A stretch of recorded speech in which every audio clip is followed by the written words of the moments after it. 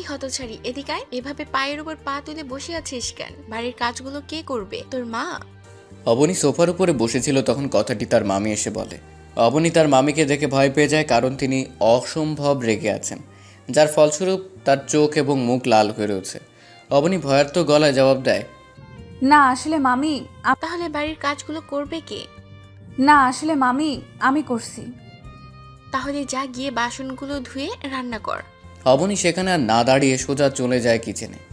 অবনী একটা অনাথ সন্তান। তার বাবা মা ছোটবেলায় গাড়ি অ্যাক্সিডেন্টে মারা যায়। তারপর থেকে মামার সাথে থাকে এবং মামি কাজের লোকের মতো খাটায়। অবনী কিছু বলতে পারে না, বললেই তাকে মারে। সে তাদের এরকম অবিচার সহ্য করতে না পেরে অনেকবারই বাড়ি ছেড়ে চলে যেতে চেয়েছিল, কিন্তু সে বাড়ি থেকে বাহির হয়ে কোথায় যাবে? এই শহরে যে তার আর আপন বলতে কেউ নেই, কার কাছে যাবে সে? এসব কথা ভেবে অবনীর আর এ বাড়ির ছেড়ে যাওয়া হয় না। অবনী কাজ করতে করতে দুপুর হয়ে যায়। সে সবাইকে খাবার খাইয়ে থালা বাসনগুলো ধুয়ে নিজের রুমে চলে যায়। ফ্রেশ হয়ে সে বিছানায় গাটা এলিয়ে দেয়। সারাদিনের পরিশ্রমে অনেক ক্লান্ত হয়ে যায়, যার কারণে কিছুক্ষণের মধ্যে হারিয়ে যায় ঘুমের রাজ্যে। এই যে নবাবজাদি, পড়ে পড়ে যে ঘুমাচ্ছিস, কাজগুলো করবে কে? অবনী তার মামির হঠাৎ রাগী কণ্ঠের কথাগুলো শুনে ঘুম ভেঙে যায়। কি হয়েছে মামি? কি হয়েছে মানে? পড়ে পড়ে যে ঘুমাচ্ছিস, বাড়ির কাজগুলো করবে কে? মামি আমি তো সব কাজ গুছিয়ে এসেছি, এখন তো কোনো কাজ নেই। কাজ নেই মানে? কয়টা বাজে তোর খবর আছে? বিকাল 4টা বাজে, আর তুই বলছিস বাড়ির কোনো কাজ নেই? অবনী ঘড়ির দিকে তাকিয়ে দেখে সত্যিই 4টা বাজে। না মানে মামি ঘুমিয়েছিলাম তাই বলতে পারিনি। মনে থাকবে কি করে? মনে হচ্ছে এটা তার বাপের বাড়ি, যে যখন ইচ্ছে তখন ঘুমাবে আর উঠবে। যা গিয়ে কাজ কর। অবনী তার বাবার কথা শুনে তার দু চোখ দিয়ে দু ফোঁটা অশ্রু গড়িয়ে পড়ে, যা তার মামির অগোচরে। অবনী বিছানা থেকে উঠে দাঁড়ায়। আর শোন, আমার জন্য চা দিয়ে আসবি রুমে। জি মামি। অবনী চলে যায় কিচেনে, আর প্রথমে সে তার মামির জন্য 1 কাপ চা বানিয়ে চলে যায় তার রুমে। মামি আসবো? আস। আপনার চা। রাগ। অবনী চায়ের কাপটা রেখে চলে আসতে যাবে তখন। এই অবনী শোন, জি মামি। যারা স্কুল থেকে এসেছে কিনা দেখ। সে যদি স্কুল থেকে আসে তাহলে তাকে খাবার দিস। আচ্ছা মামি। অবনী সেখান থেকে চলে আসে জারার রুমে। এসে দেখে জারা স্কুল থেকে ফিরছে। যারা কখন আসলি? এই তো মাত্র। তো খাবার খাবি? খাবার খাবো না তো কি খাবো? তোমার মাথা। অবনী আর কিছু না বলে কিচেনে চলে আসে, আর খাবার নিয়ে আবার চলে আসে জারার রুমে। যারা তোর খাবার। রাখো, আমি হাত ধুয়ে আসছি। অবনী খাবার প্লেটটা টেবিলের উপর রাখে, আর যারা এসে খেতে বসে। যারা খাবার প্লেটটা হাতে দিয়ে সাথে সাথে অবনীর মুখের উপর ফেলে। অবনী কিছু বুঝে ওঠার আগে এসব হয়ে গেল। এইগুলো কি খাবার? ঠান্ডা কেন? যারা চিৎকার শুনে তার মা তার রুম থেকে চলে আসে। কি হয়েছে রে মা? এভাবে চিৎকার করছিস কেন? চিৎকার করবো না? এই ফকিনীর বাচ্চা, এগুলো কি খাবার এনেছে? অবনী মাথা নিচু করে দাঁড়িয়ে আছে। তখন তার গালে কিছু একটা অনুভব করলো। তার মামি তার গালে থাপ্পড় মেরেছে। সে গালে হাত দিয়ে দাঁড়িয়ে আছে আর কান্না করছে। আই হতছাড়ি, তুই খাবারগুলো গরম করে আনতে পারিসনি? আমার মেয়েটা সারাদিন পরে এসে ঠান্ডা খাবার খাবে? যা গিয়ে খাবার গরম করে নিয়ে আয়, আর এইগুলো পরিষ্কার কর। অবনী চলে যায় আবার কিচেনে, আর খাবার গরম করে এনে দেয় এবং রুমটা পরিষ্কার করে দেয়। রাতের বেলা অবনী সবাইকে খাইয়ে রুমে চলে আসে। অবনীর মামা ব্যবসার কাজে বাইরে গেছে, তাই এই কয়দিন তার সাথে কথা হয় না। অবনী নিজের রুমে গিয়ে তার আলমারি থেকে নিজের বাবা মার ফটোটা বের করে আর জড়িয়ে ধরে কান্না করতে থাকে। কেন চলে গেলে আমাকে ছেড়ে তোমরা? আমাকে নিলে না কেন তোমাদের সাথে? তোমরা জানো না তোমাদের ছেড়ে আমি ভালো নেই, অনেক কষ্টে আছি আমি। জানো তোমরা, মামি না আমাকে দিয়ে সারাদিন বাড়ির কাজ করায়, একটু ভুল হলে মারে, সারাদিন অবহেলা করে আমাকে। আমি ভালো নেই বাবা মা, আমাকে নিয়ে যাও তোমরা তোমাদের সাথে, আমি যার পারছি না এই অবহেলা নিতে। অবনী কান্না করতে করতে কখন যে ঘুমের রাজ্যে হারিয়ে গেছে তা জানা নেই। ভোরবেলা ওই দূর মসজিদ থেকে ভেসে আসা আল্লাহর নামের প্রতিধ্বনিতে অবনীর ঘুম ভেঙে যায়। সে উঠে উজু করে নামাজ পড়ে নেয়। নামাজ পড়া শেষে কোরআন তেলাওয়াত করতে বসে যায়। সকালে সবার জন্য নাস্তা বানানোর পরে টেবিলে সাজানো হলো। সবাই এসে বসে পড়ল। খাওয়া শেষে অবনী নিচু গলায় বলল, মামি আমার না আজ ভার্সিটি যেতে হবে। কেন ভার্সিটিতে যাবি? আর তুই যদি এখন ভার্সিটিতে যাস তাহলে বাড়ির কাজগুলো কি করবে? তোর মা এসে করে দিয়ে যাবে? মামি, যে মারা গেছে তাকে নিয়ে কথা না বললে হয় না? কি? আমার মুখের উপর কথা? আর ঠাস করে একটা থাপ্পড় মেরে দেয় অবনীর গালে। সে গালে হাত দিয়ে দাঁড়িয়ে থাকে আর তার চোখ বেয়ে অশ্রু গড়িয়ে পড়তে থাকে। যদি মুখে মুখে তর্ক করিস তাহলে এর থেকেও খারাপ হবে বলে দিলাম। অবনী আবারও ভয়ার্ত গলায় জবাব দেয়, মামি আমার না আজকে ভার্সিটিতে যেতেই হবে, একটা গুরুত্বপূর্ণ ক্লাস আছে, তা না হলে আমার জন্য অনেক খারাপ হয়ে যাবে। ভার্সিটিতে যাবি? আচ্ছা যাবি, তার আগে বাড়ির সব কাজ সেরে তারপর যাবি। ঠিক আছে মামি, আমি বাড়ির সব কাজ করে দিয়ে যাব। সাহেলা বেগম রাগে গড়গড় করতে করতে চলে যায় তার রুমে। আর অবনীও চলে যায় বাড়ির কাজগুলো করতে। বাড়ির কাজ শেষ করতে করতে 9:30 বেজে গেছে। তাই সে তাড়াতাড়ি রেডি হয়ে যখন বেরিয়ে যাবে তখন আই অবনী শোন, জি মামি, কিছু বলবেন? এই ধর, এগুলো ধুয়ে রোদে শুকাতে দিয়ে তারপর যাবি। কতগুলো শাড়ি ধরিয়ে দিয়ে অবনী বুঝতে পারে তার আজকে ভার্সিটি যাওয়াটা তার মামির মোটেও পছন্দ হয়নি। তার মামি এমনিতেও তাকে পছন্দ পড়তে দিতে চায় না, সে জোর করে এতটুকু পর্যন্ত এসেছে। একটু, কিন্তু মামি এগুলো ধুতে তো প্রায় ঘন্টাখানেক সময় লাগবেই, কিন্তু আমার তো সময় নেই। আমি কিছু জানি না, তুই আজ এগুলো ধুয়ে তারপর যাবি। অবনী ভালো করে জানে তার কাজ না শেষ হওয়া পর্যন্ত তাকে বাড়ির বাহিরে এক পা রাখতে দিবে না তার মামি। তাই সে কোনো উপায় না পেয়ে কাপড়গুলো নিয়ে কাঁচতে বসে যায়। কাপড়গুলো কাঁচতে কাঁচতে প্রায় 1 ঘন্টা লাগে।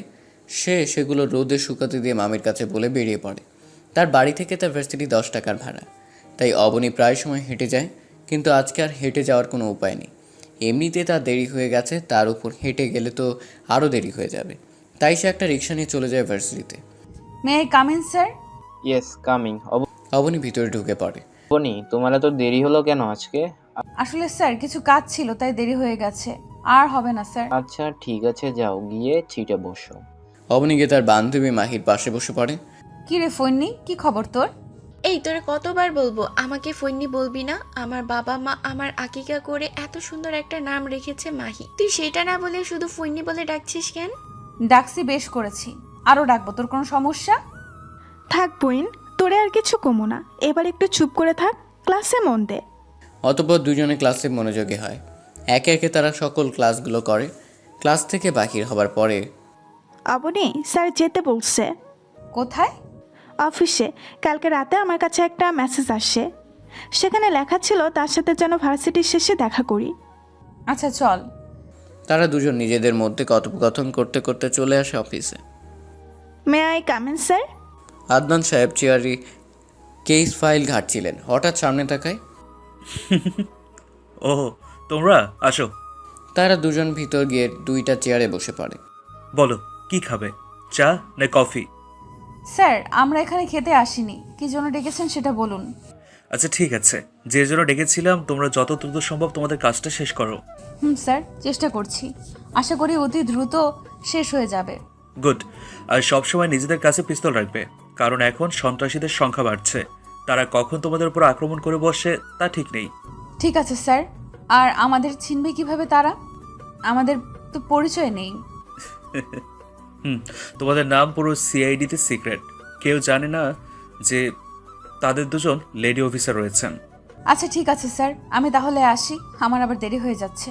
কি ওকে, টেক কেয়ার। তারা দুজন বাহিরে চলে আসে। রে ফৈনি, তুই ভেতরে একটা কথাও বললি না কেন? প্রথমত তুই আমারে আর ফকিন্নি বলবি না, দ্বিতীয়ত তুই যেখানেই থাকবি সেখানে আমার কথা বলার কোনো প্রশ্নই আসে না। আচ্ছা আমি যাই রে। যাই মানে? তুই প্রথমে আমার সাথে খাবার খাবি, তারপর যাবি। না রে, আজকে না, অন্য একদিন। এমনিতেই দেরি হয়ে গেছে, জানি না কপালে কি আছে। আমি কিচ্ছু শুনতে চাই না, তুই আমার সাথে এখন রেস্টুরেন্টে খাবি মানে খাবি। অতঃপর মাহির জোড়াজোড়িতে সে বাধ্য হলো রেস্টুরেন্টে যেতে। তারা দুজন খাবার খেয়ে যে যার গন্তব্যে চলে যায়। এদিকে অবনীর ভয়ে তার কপাল বেয়ে ঘাম ঝরে পড়ছে, কারণ মামি তার সামনে রাগী মুখ নিয়ে দাঁড়িয়ে আছে। অবনী কি বলবে ভেবে পাচ্ছে না, কারণ তার অবস্থা কাহিল। আই হতছাড়ি, তোকে কি রাস্তায় ঘুরে বেড়ানোর জন্য বেরোতে দিয়েছে? চুপ। আসলে মাহি। আর এখন মাহির নাম দিয়ে চালিয়ে যাবি ভেবেছিস? কি মনে করিস তুই কি করিস না করিস আমি কিছুই জানি না? ছেলেটা কে ছিল? অবনী তার মামির কথা শুনে যেন আকাশ থেকে পড়ল। কোন ছেলে, কিসের ছেলে? মামি তুমি কিসের কথা বলছো? কিসের ছেলে? কিসের ছেলে যেন কিছুই জানে না। তোকে আজকে যারা স্কুল থেকে আসার সময় একটা ছেলের সাথে দেখেছে। অবনীর আর বুঝতে বাকি নেই কোন যেন তার সাথে এসব হচ্ছে। সে যারার দিকে তাকায় দেখে সে মুচকি হাসছে। মামি বিশ্বাস করো, যারা মিথ্যা বলছে। আমি কোনো ছেলের সাথে ছিলাম না, আমি তো মাহির সাথে ছিলাম। কি? তার মানে আমি মিথ্যা বলছি? মা বিশ্বাস করো, আপুকে আমি একটা ছেলের সাথে দেখেছি, আর আপু কিনা আমাকে মিথ্যাবাদী বানিয়ে দিল। অবনীর মামি তার মেয়ের এরকম ন্যাকা কান্না দেখে রেগে আগুন হয়ে যায়, যার ফলস্বরূপ অবনীকে খেতে হয় থাপ্পড়। অবনী কিছু বলে না, চুপচাপ সেখানে থেকে চলে যায়। এভাবে চলে যায় আরও কয়েকটা দিন। এর ভিতরে অবনী মামাও চলে আসে। সে এসে যেন অবনীর উপর বিশাল পাথর দিয়ে দিয়েছে, কারণ তার মামা তার বিয়ে ঠিক করে ফেলেছে তার এক বন্ধুর ছেলের সাথে। মামা আমি বিয়ে করব না। মামা এবং মামি বসে বসে টিভিতে খবর দেখছেন। অবনীর এমন হঠাৎ কথায় তার দিকে ফিরে তাকায় এবং তাদের দুজনের চোখ ভীষণ লাল হয়ে যায়। তাদের দেখে সে ভয় পেয়ে যায়। কি বললি? আমি বিয়ে করব না। কেন বিয়ে করবি না? আমি আমার পড়ালেখা শেষ করতে চাই, আর ছেলেটাকে আমার অপছন্দ, শুধু নেশা করে। তুই বিয়ে করবি না, তোর ঘাড় করবে। মামি, এই বিয়ে করব না আমি। তুই বিয়ে করবি না? তোকে কি আমরা বসিয়ে বসিয়ে খাওয়াবো? তোর বাপ মা কি আমাদের অর্থ সম্পদ দিয়ে গেছে যে তোকে বসিয়ে বসিয়ে খাওয়াবো? সে যত মানা করে তাতে কিছু হয় না। তাদের সিদ্ধান্ত আটক। তারা তাদের সিদ্ধান্ত থেকে এক চুলও নড়বে না। সে না করলেই তাকে তারা বেকায়দায় মেরেছে। সে চুপচাপ সব সহ্য করেছে। দেখতে দেখতে তার বিয়ের দিন ঘনিয়ে এলো এবং যথারীতি বিয়ের কাজ শুরু হয়ে গেল। মা, মা, আপুকে কোথাও পাওয়া যাচ্ছে না। যারার এমন কথায় আয়েশা বেগম থ হয়ে যায়। তাদের মেয়েকে পাওয়া যাচ্ছে না, তাদের কি হবে? তাদের মান সম্মান এলাকাতে তারা মুখ দেখাবে কিভাবে? মা, তোমার কি হলো? চুপ করে আছো কেন? কি হয়েছে যারা? আব্বু, আপুকে কোথাও পাওয়া যাচ্ছে না। কি? হুম। এখন কি হবে? তাদের কি বলবো আমি? আমার মান সম্মান তো গেলই, এখন আমি বরপক্ষকে কি বলবো? আব্বু, আপুর ঘর থেকেই চিরকুট পেয়েছি। দেখি। প্রিয় মামা, তুমি যখন এই চিরকুটটা হাতে পাবে তখন হয়তো তোমরা আমাকে পাবে না। চলে গেছি আমি তোমাদের থেকে, নিজের মতো করে বাঁচতে, নিজের মতো করে নিজেকে গড়তে। তোমরা বলতে না আমি তোমাদের বোঝা, তাই আজকে বোঝাটা কমিয়ে দিয়ে গেলাম। জানো মামা, আমি তোমাদের কাছ থেকে সারা দিন অবহেলা পাওয়ার পরেও কেন যেতাম না? কারণ তোমার মুখটা মায়ের সাথে মিলে যায়। তোমার দিকে তাকালে আমি আমার মাকে দেখতে পাই, আর মামিকে আমি মায়ের মতো দেখতাম, কিন্তু সে আমাকে দু চোখে সহ্য করতে পারতো না। তবু আমি কিছু বলিনি। তোমরা আমার বিয়ে ঠিক করেছো, কিন্তু তা আমার অমতে, তাই আমি তোমাদের থেকে চলে যেতে বাধ্য হয়েছি। ক্ষমা করো তোমাদের মান সম্মান নষ্ট করার জন্য। আর আমি আবার আসবো আমার মায়ের বাড়িতে। আমার মায়ের বাড়ি আমার বাড়ি। তোমার যে বাড়িতে থাকছো সেটা তোমাদের বাড়ি না, আমার বাড়ি। ভাবছো কিভাবে জানলাম? তা না হয় রহস্যই থেকে যাক। তো যাই হোক, আমি আবার আসবো, এই আমিকে নিয়ে নয়, নতুন এক আমিকে নিয়ে। পাপীদের ধ্বংস করতে ফিরে আসবো এক নতুন আমি হয়ে। ভালো থাকবে তোমরা, আর নিজেদের যত্ন নিবে। যারার দিকে খেয়াল রেখো, সে এখনো ছোট মানুষ, তাকে সঠিক শিক্ষা দাও।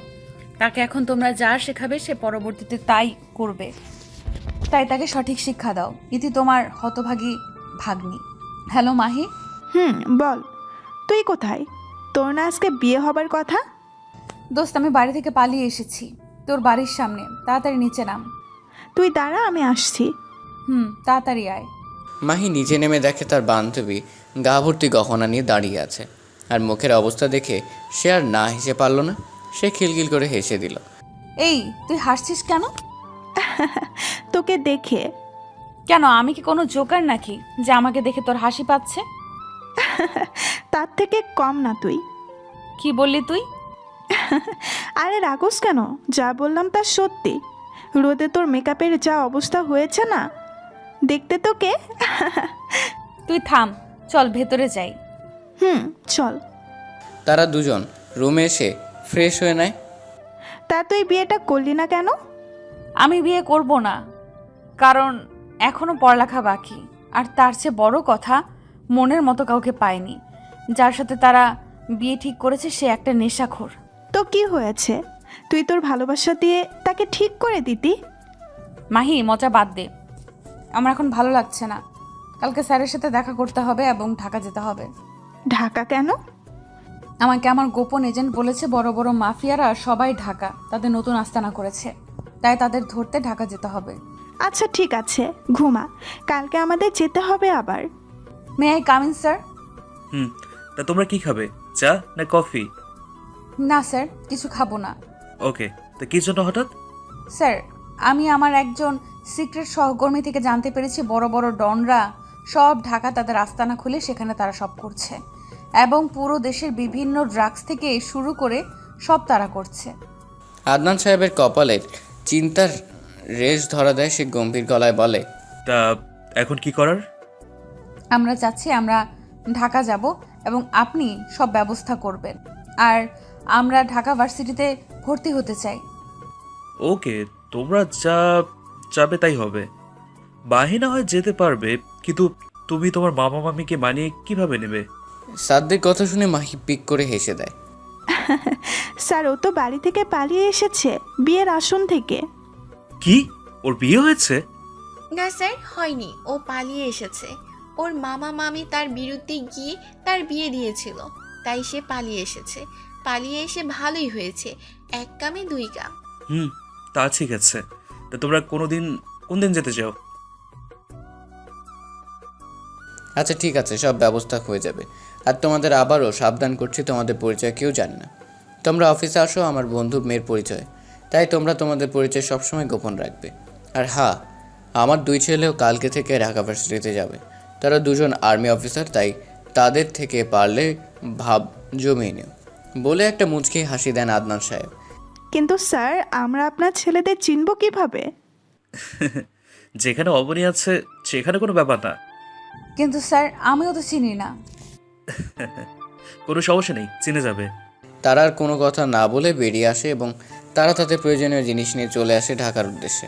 আর তারা বিকেল 4টার দিকে পৌঁছে যায় ঢাকা এবং আদনান সাহেবের দেওয়া ঠিকানাতে চলে। কি রে দোস্ত, এত বড় বাড়ি? তা আমিও তো দেখছি। স্যার, আমাদের জন্য এত বড় বাড়ি কেন রাখলো? চল ভেতরে যাওয়া যাক। তারা 2জন দারোয়ান থেকে চাবি নিয়ে ভিতরে ঢুকে পড়ে। ঠিক তখনই কল আদনান সাহেবের। হ্যালো।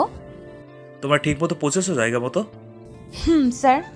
তা বাড়ি পছন্দ হয়েছে তোমাদের, নাকি অন্য একটা দেবো? না স্যার, তার দরকার নেই। কিন্তু স্যার, বাড়িটা না নিলেও পারতেন। আরে পাগল মেয়ে, এটা আমার নিজের বাড়ি। এটার কথা শুধু আমি আর আমার বউ জানে, তাই তোমাদের সুবিধার্থে তোমাদের থাকতে দিয়েছি, এবং ভবিষ্যতেও তোমরাই থাকবে। বুঝলাম না স্যার শেষের কথাটা। না, কিছু না। কোনো সমস্যা হলে বলো। আর তোমাদের ভার্সিটির সোমবার থেকে, মানে মাঝখানে একদিন সময়, তোমাদের প্রয়োজনে যা দরকার কিনে নিও। ঠিক আছে স্যার। মাহি? পাশে তাকাতেই দেখে মাহি নেই। সে এতক্ষণ কথা বলাতে পাশে যে মাহি নেই সেদিকে তার কোনো খেয়াল ছিল না। এমা, এই মেয়েটা আবার কই গেল? মাহি, এই মাহি। আমি উপরে, চলে আয়। অবনী উপরে চলে যায়, দেখে মাহি তার জামা কাপড় আলমারিতে রাখতে ব্যস্ত।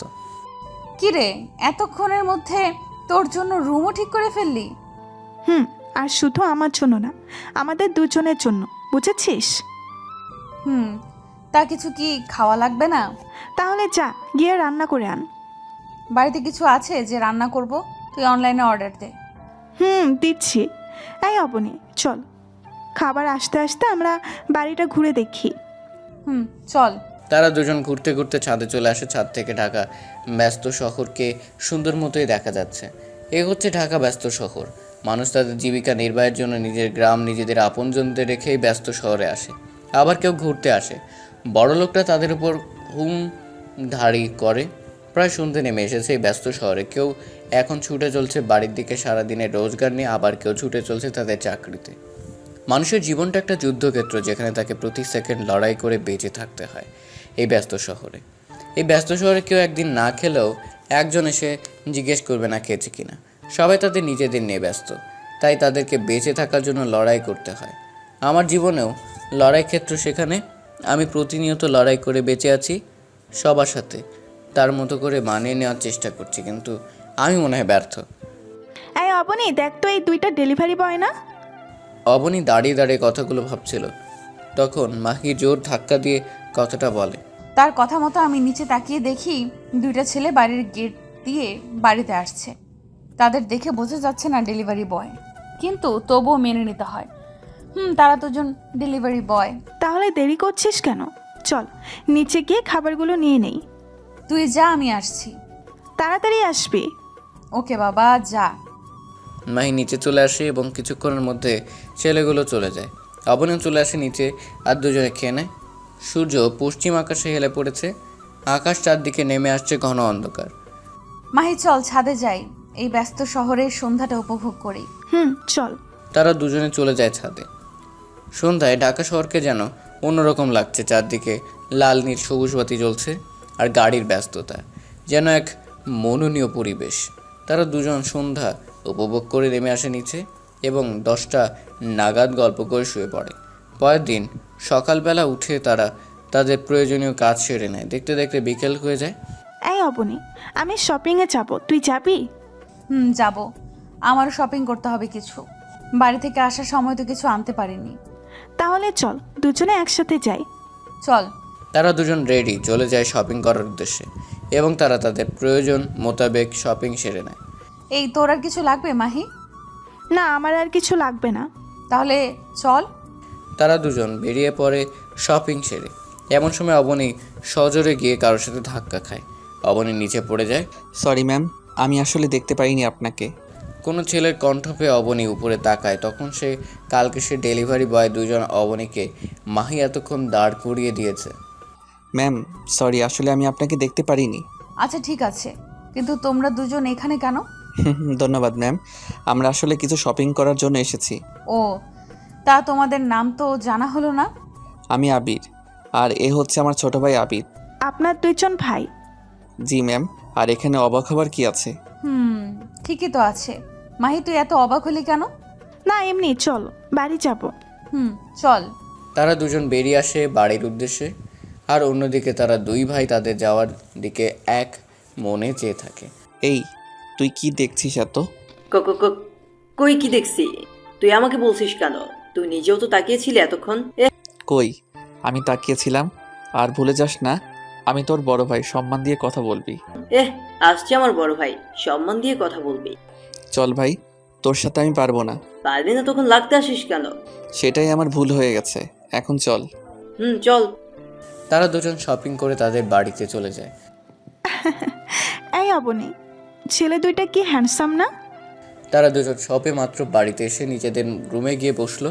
এর মধ্যে মাহির এরকম কথা শুনে তার দিকে তাকায় অবাক দৃষ্টিতে। এরকম করে তাকিয়ে আছিস কেন? এতে এত অবাক হওয়ার কি আছে? না সেটা না, দুজন বলছিস কেন? কাকে পছন্দ হয়েছে সেটা বল, নাকি দুজনকেই পছন্দ হয়েছে?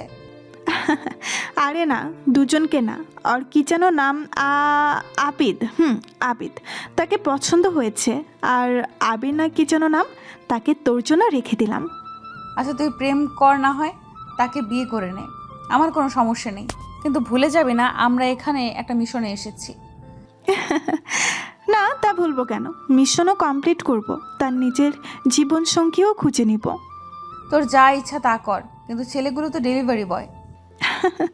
তাতে কি হয়েছে? ভালোবাসা কি আর এগুলো দেখে হয় নাকি? ভালোবাসা তো হয় মন থেকে। আর তোরও তো একজনকে পছন্দ হয়েছে। কে বলেছে আমার পছন্দ হয়েছে? ওরা তো সাধারণ ডেলিভারি বয়। আমি বলছি, কারণ আমি তোর সাথে সেই ছোট্টবেলা থেকেই থাকছি, তাই তোর চোখ বলে দিবে সব কিছু। আরে বাদ দে তো এইসব কথা। ও আমি এখন বাদ দিব? এতক্ষণ তো আমাকে সুন্দর উপদেশ দিলি। অবনী কিছু না বলে চলে যায় ওয়াশরুমে। আয়নাতে নিজেকে দেখে নিজের অজান্তেই হেসে দেয়। আচ্ছা আমি কি কাউকে পছন্দ করি নাকি? তাকে ভালোবেসে ফেলেছি। যাই হোক, সেটা পরে দেখা যাবে, এখন নিজের মিশন শেষ করি। দেখতে দেখতে সেদিন চলে যায়। পরের দিন তারা দুজন তাদের নতুন ভার্সিটি যাওয়ার উদ্দেশ্যে বেরিয়ে পড়ে এবং কিছুক্ষণের মধ্যে এসে পৌঁছে যায় নতুন জায়গা, নতুন ভার্সিটি। তারা দুজন কিছু চিনে না, তাই তারা দুজন কাউকে জিজ্ঞেস করে প্রিন্সিপালের রুম পর্যন্ত যায়।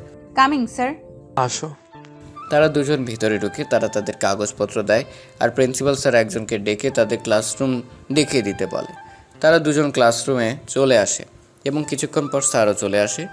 এখানে মাহি আর অবনীকে। মাহি আর অবনী দাঁড়িয়ে যায়। তাদের দুজনকে সামনে নেওয়া হয়। এই দুজন হচ্ছে তোমাদের নতুন সহপাঠী, তাই তোমরা সবাই তাদের সাথে পরিচয় সেরে বন্ধুর মতো আচরণ করবে। জি স্যার, সবাই একসাথে বলে একে একে সবার পরিচয় পর্ব সেরে নি। যাও গিয়ে সিটে বসো। তারা দুজন গিয়ে নিজেদের সিটে বসে পড়ে।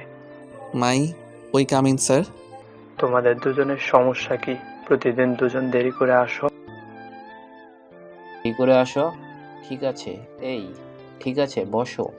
তারা দুজন গিয়ে পেছনের সিটে বসে পড়ে। অবনী এবং মাহি এতক্ষণ তাদের দেখতে পায়নি, শুধু তাদের কথা শুনতে পেয়েছে। কিন্তু তারা দুজন ভিতরে ঢোকার পর যেন ভূত দেখার মতো চমকে ওঠে। তবু অবনী নিজেকে সামলে নেয়। এই অবনী, এরা দুজন এখানে কেন? দেখতে পাচ্ছিস তারাও এখানে পড়ে। কিন্তু তারা না ডেলিভারি বয়? তো কি হয়েছে, তারা কি পড়তে পারে না? পারে। কেউ আর কোনো কথা বলে না। ক্লাস শেষ করে তারা দুজন বেরিয়ে পড়ে। এই অবনী, কিছু খেয়ে তারপর যা, খুব ক্ষুধা লাগছে। চল। তারা দুজন ক্যান্টিনে চলে যায়। সেখানে আবির আর আবিদও খাবার খাচ্ছে। মাহি আর অবনেও খেয়ে গিয়ে তাদের পাশে বসে। কেমন আছো? আপনারা এখানে কি কি? তোমরা এখানে যা করতে এসেছো আমরাও তাই করতে এসেছি। মানে আমরা যা করতে এসেছি তা করতে এসেছেন মানে? আরে তোমরাও পড়তে এসেছো আর আমরাও পড়তে এসেছি, এখানে ভয় পাওয়ার কি আছে? তা ঠিক। কি বিড়বিড় করে কি বলছেন? না কিছু না। কোনো সারা শব্দ নাই, এক ধ্যানে সামনের দিকে তাকিয়ে আছে। কি হয়েছে? এভাবে কি দেখছিস? না কিছু না। এই মাহি, সব কি আজকে দেখে ফেলবো নাকি? তোর কোনো সমস্যা? না, আমার কোনো সমস্যা হবে কেন? যেভাবে একে অপরের দিকে তাকিয়েছিলি যেন চোখ দিয়ে গিলে খাবি। বাদ দে তো। আচ্ছা। তারা সবাই খাবার খেয়ে যার যার মতো চলে যায়। রাতের বেলা অবনীর মোবাইলে কল আসে। এই মাহি, দেখ তো কে কল করেছে। এই স্যার কল করেছে। দে। আসসালামু আলাইকুম স্যার। কি খবর তোমাদের? সালামের জবাব দিয়ে, তা কাজ কতটুকু? আজকে মাত্র ভার্সিটি গেলাম, এখন দেখি কি করা যায়। আচ্ছা ঠিক আছে। তা আমার ছেলেদের সাথে দেখা হয়েছে? হ্যাঁ আরে স্যার, আমরা তাদের চিনব কিভাবে? আমরা তাদের নাম জানি না, তার উপর তাদের দেখিও নেই। তাদের নাম বলেন প্লিজ স্যার।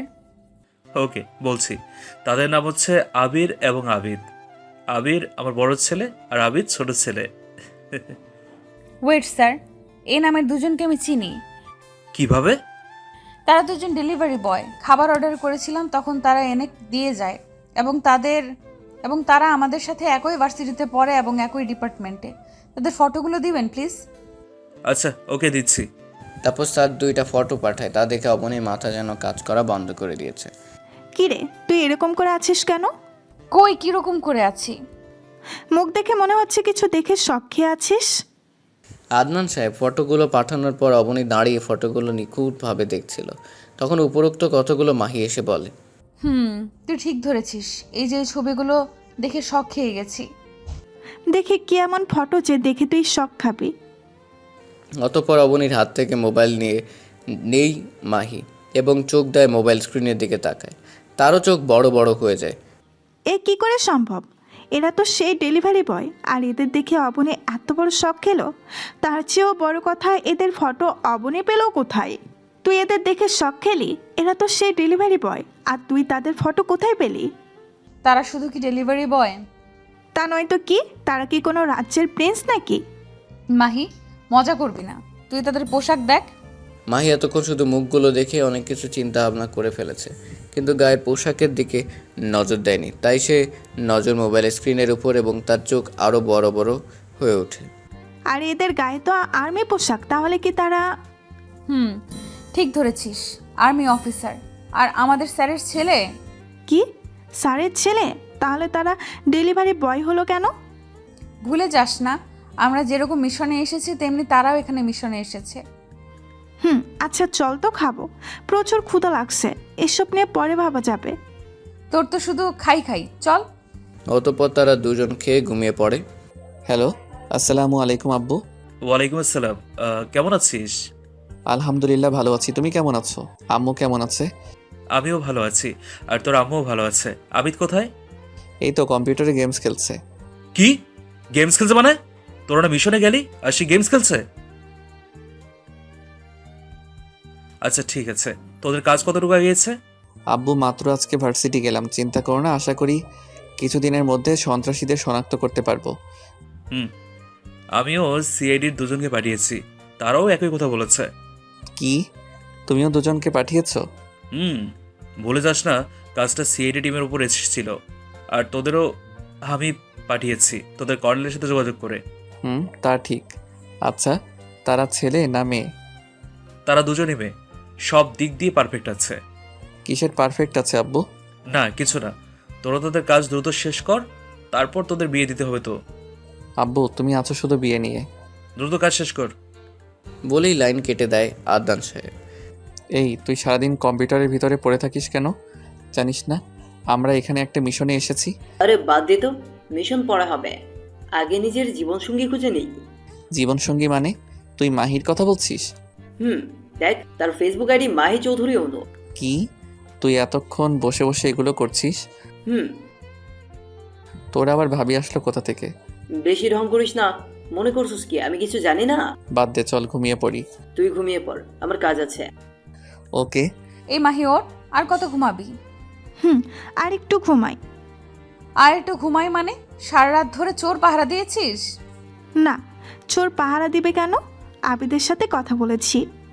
কি তুই আবিদের সাথে কথা বলেছিস মানে? ওফ, তোর জন্য একটু ঘুমাতেও পারবো না। আর আমি আবিদের সাথে কথা বলেছি, অন্য কারোর সাথে না তো। এতে এত অবাক হওয়ার কি আছে? তুই ওর নাম্বার পেলি কোথায়? আরে তুই যখন ঘুমিয়ে গেলি তখন মেসেঞ্জারে কথা হয়েছে। ও চল, ভার্সিটির সময় হয়ে গেছে। আচ্ছা তুই 5 মিনিট দাঁড়া, আমি 10 মিনিটের মধ্যে রেডি হয়ে আসি। কি হলো, বের হ, দেরি হয়ে যাচ্ছে তো। আর 2 মিনিট। 2 মিনিট করতে করতে তুই 1 ঘন্টা শেষ করে দিলি।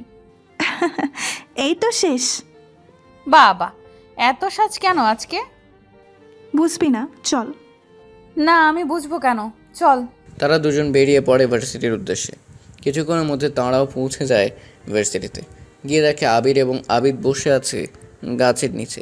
তারা দুজন তাদের পেছনে গিয়ে দাঁড়ায় এবং অবনী আস্তে করে বলতে থাকে, সিআইডির এসিপি আদনান সাহেবের সন্তান আর্মি অফিসাররা কিনা শেষ পর্যন্ত ডেলিভারি বয় হয়ে গেল। অবনীর এরকম কথা শুনে আবির এবং আবিদ ঘাবড়ে যায়, যার ফলস্বরূপ তারা পিছনের দিকে তাকায় এবং অবনী এবং মাহিকে দেখতে পায়। কি বলছেন আপনারা? আর্মি অফিসার, সিআইডি, আমরা কিছু বুঝতে পারছি না। এত সাধু সাজা লাগবে না আর্মি অফিসার আবিরের ওপর ডেলিভারি বয়। আবির আর আবিদ কিছু বলে না। হঠাৎ করে অবনী এবং মাহিকে দুজনে জড়িয়ে ধরে। আবির অবনীকে আর আবিদ মাহিকে এরকম হঠাৎ করে জড়িয়ে ধরাতে অবনী কিছুটা ঘাবড়ে যায় এবং চোটার চেষ্টা করে। অন্যদিকে মাহি তো আবিদকে নিজে থেকে জড়িয়ে ধরেছে। তারা দুজন দুজনকে জড়িয়ে ধরে আছে। অবনী হঠাৎ করে অনুভব করলো তার পেটের উপর কিছু একটা রাখা হলো। তাই সে চুপ করে দাঁড়িয়ে থেকে বোঝার চেষ্টা করলো জিনিসটা কি। কোনো নড়াচড়া করবেন না, সোজা হয়ে দাঁড়িয়ে থাকুন না। সোজা হয়ে দাঁড়িয়ে থাকুন, না হলে সোজা গুলি করে দিব। আবিরের কথা শুনে অবনী হাসবে না কাঁদবে বুঝে উঠছে না। যে জীবন খেলায় তারা নেমেছে সেখানে মৃত্যুকে ভয় করতে নেই। সেখানে একটাই নিয়ম হয়, মারো না হয় মরো। মিস্টার আবির, আপনারা আমাদের গুলির ভয় দেখাচ্ছেন, আর এগুলো আমাদের কিছুই করতে পারবে না। আমাদের পরিচয় জানলেন কিভাবে? আমরা সিআইডি অফিসার, তাই কারোর পরিচয় জানতে বেশি সময় লাগে না। কি সিআইডি অফিসার? আবির চোখ বড় বড় করে তাকিয়ে কথাটা বলে। কেন, কোনো সন্দেহ আছে নাকি? তাহলে দেখুন। বলে মাহি তার ব্যাগ থেকে আইডি কার্ড বের করে দেখালো। এবার বিশ্বাস হলো? হ্যাঁ, গতকাল রাতে আব্বু বলেছে সিআইডির অফিসার দুজনও পাঠিয়েছে। ও হ্যালো মিস্টার আবির, আর কতক্ষণ জড়িয়ে রাখবেন? এবার তো ছাড়ুন। ও হ্যাঁ, সরি। ঠিক আছে। ওকে, যা হওয়ার হয়েছে, এবার কাজের কথায় আসি। এই তোরা দুজন দুজনকে ছাড়। জড়িয়ে ধরে রেখেছে, যেন ছাড়লেই চলে যাবে। ঢং দেখলে বাঁচি না। তোরা তো চলে কেন? তুই পারলে ধরে রাখ না, বাধা দিছে কে তোকে? হ্যাঁ, চাইলে ধরতে পারেন। হ্যাঁ, চাইলে ধরতে পারেন। বোন আমার, এখানে আস, কথা আছে। আচ্ছা আসছি। তো কাজের কথায় আসি। কথাটা কি সেটা তো বলবি? বলছি। আমি গোপন সূত্রে জানতে পেরেছি আজকে ভার্সিটি থেকে ড্রাগস পাচার হবে। কি আজব। আজকে, তাই আজকে রাতে আমাদের সবাইকে আবার একসাথে হতে হবে। কিন্তু কোথায়, কি হলো? ভার্সিটির পেছনে যে পুকুরটা আছে সেখানে। আর তোমাদের নাম্বার দাও। কি, এভাবে তোমাকে তো আমি কোনো নাম্বার দেইনি। চিন্তা কর না, ও হ্যাকিং ভালো পারে, তাই তোমাদের সাধারণ নাম্বার বের করা তার কোনো ব্যাপার না। ও আচ্ছা, তোমাদের নাম্বার দাও। নাও, 0161036। আর তোমারটা? মাহি আবিদকে উদ্দেশ্য করে বলে। ও ঠিক আছে। এই অবনী, ওই ছেলেটা আমাদের ভিডিও করছে। কোথায়? ওই যে গাছের পেছনে দেখ। অবনী আর বাকি সবাই গাছের পিছনে তাকাতেই ছেলেটা দিল দৌড়। আরে ধর ছেলেটাকে। সবাই উঠে ছেলেটার পিছনে দৌড়াতে থাকে, কিন্তু ছেলেটা বেশি দূরে যেতে পারে না। সবেমাত্র ভার্সিটি থেকে বের হয়ে কিছুটা গিয়ে আর ধরা পড়ে যায়। ধরা তো পড়বেই, কারণ তারা আর্মি এবং সিআইডি অফিসার। তাদের থেকে কি দৌড়ে পালিয়ে যাওয়া যায়? বলবো না। বলবি না? আচ্ছা। ঠাস করে একটা দেয় অবনী। কার লোকের গায়ে হাত দিয়েছে জানোস না, তোদের জানে মেরে ফেলবে। এই একে নিয়ে বেঁধে রাখ দেখি, তার কোন বাপ তাকে বাঁচায়। কিন্তু তাকে কোথায় রাখবো? চিন্তা করো না, তাকে আমরা আমাদের বাসায় রাখবো এবং তার থেকে জবাব নিব। তা ঠিক হবে। চলো তাকে নিয়ে তোমাদের বাসায় যাই। ছেলেটাকে নিয়ে তার 4 জন চলে আসে বাড়িতে এবং তাকে আলাদা একটা রুমে চেয়ারের সাথে বেঁধে রাখা হয়। তার এখনও জ্ঞান ফিরেনি। তারা তাকে রাস্তায় পিটিয়ে অজ্ঞান করে ফেলেছে। ওর এখনো জ্ঞান ফিরেনি, চলো রুমে গিয়ে বসি। চলো। তারা সবাই রুমে যায়, গিয়ে অবনী এবং মাহির কপাল কুঁচকে যায়। এটা রুম নাকি অন্য কিছু, নাকি গরু ছাগলের থাকার জায়গা? তোমরা দরজায় দাঁড়িয়ে আছো কেন? ভেতরে আসো। এটি কি কোনো মানুষ থাকার রুম? কেন, আমরাই তো থাকি। তাহলে রুমটার এই অবস্থা কেন? ব্যাচেলার তো, তাই রুমের যত্ন হয় না, যখন যেটা যেভাবে পারি রেখে দিই। ও, রুম গুছাও। তারা সবাই রুম গুছিয়ে আবার চলে যায় ছেলেটার কাছে। এখনও জ্ঞান ফিরেনি তার। কি মারাই না মেরেছে। এই আবিদ, এক জগ পানি নিয়ে আয়। আবির পানি এনে আবিরের হাতে দেয়, আর আবির ছেলেটার মুখে ঢেলে দেয়। সাথে সাথে ছেলেটা চমকে ওঠে যায়। তোরা আমাকে এখানে বেঁধে রেখেছিস, যদি বদ জানতে পারে তোদের জানে মেরে ফেলবে। তাই জানের মায়া থাকলে আমাকে ছেড়ে দে। আমাদের জানের মায়া? আরে আমরা যখন এই চাকরিতে ঢুকেছি তখন নিজেদের জীবনের মায়া ত্যাগ করেছি, আর তুই আমাদের মরার ভয় দেখাচ্ছিস? আমরা তো ঠিকই তোর বসকেও খুঁজে বের করে মেরে ফেলবো, কিন্তু তোকে এখন আমাদের হাত থেকে কেউ বাঁচাতে পারবে না। আমার বসকে মারবি তোরা? আরে তোদের মতো সব আর্মি সিআইডি আমার বসের পায়ের তলে থাকে, আর সেখানে তোরা তাকে মারবি? আরে তাকে দেখলে তো দেশ এমপি মন্ত্রীরা পর্যন্ত চেয়ার ছেড়ে দেয়, আর সেখানে তোরা। যত হাসার হেসে নে। এই আবিদ, আমার যন্ত্রপাতিগুলো নিয়ে আয় তো। আবির একটা বাক্স এনে রাখে আবিরের পাশে। আবির বাক্সটা খুলে এবং তার থেকে লোহার রড বের করে এবং জলিয়ার হাতুড়ি বের করে। তোদের একটাকে ধরতে পেরেছি, এখন তোর থেকে জানতে পারবো বাকি সব কিছু। আমি মরে গেলেও তো বলবো না। ওকে। আবিদ, ওর হাতটা এনে টেবিলের উপর রাখ। আবিরের কথা মতো আবির ছেলেটার হাত ধরে টেবিলের উপর রাখে। আবির তাতে একটা জলি রেখে হাতুড়ি দিয়ে একটা বাড়ি দেয়। সাথে সাথে শোনা যায় একটি আর্ত চিৎকার, কিন্তু সে চিৎকার কারো কানে যায় না। ভালোই ভালোই বলে দে, না হলে এর থেকেও খারাপ হবে। মেরে ফেললেও বলবো না। ওকে, তাহলে মরেই যা, কিন্তু তোকে এত সহজে মারবো না, কষ্ট দিয়ে মারবো।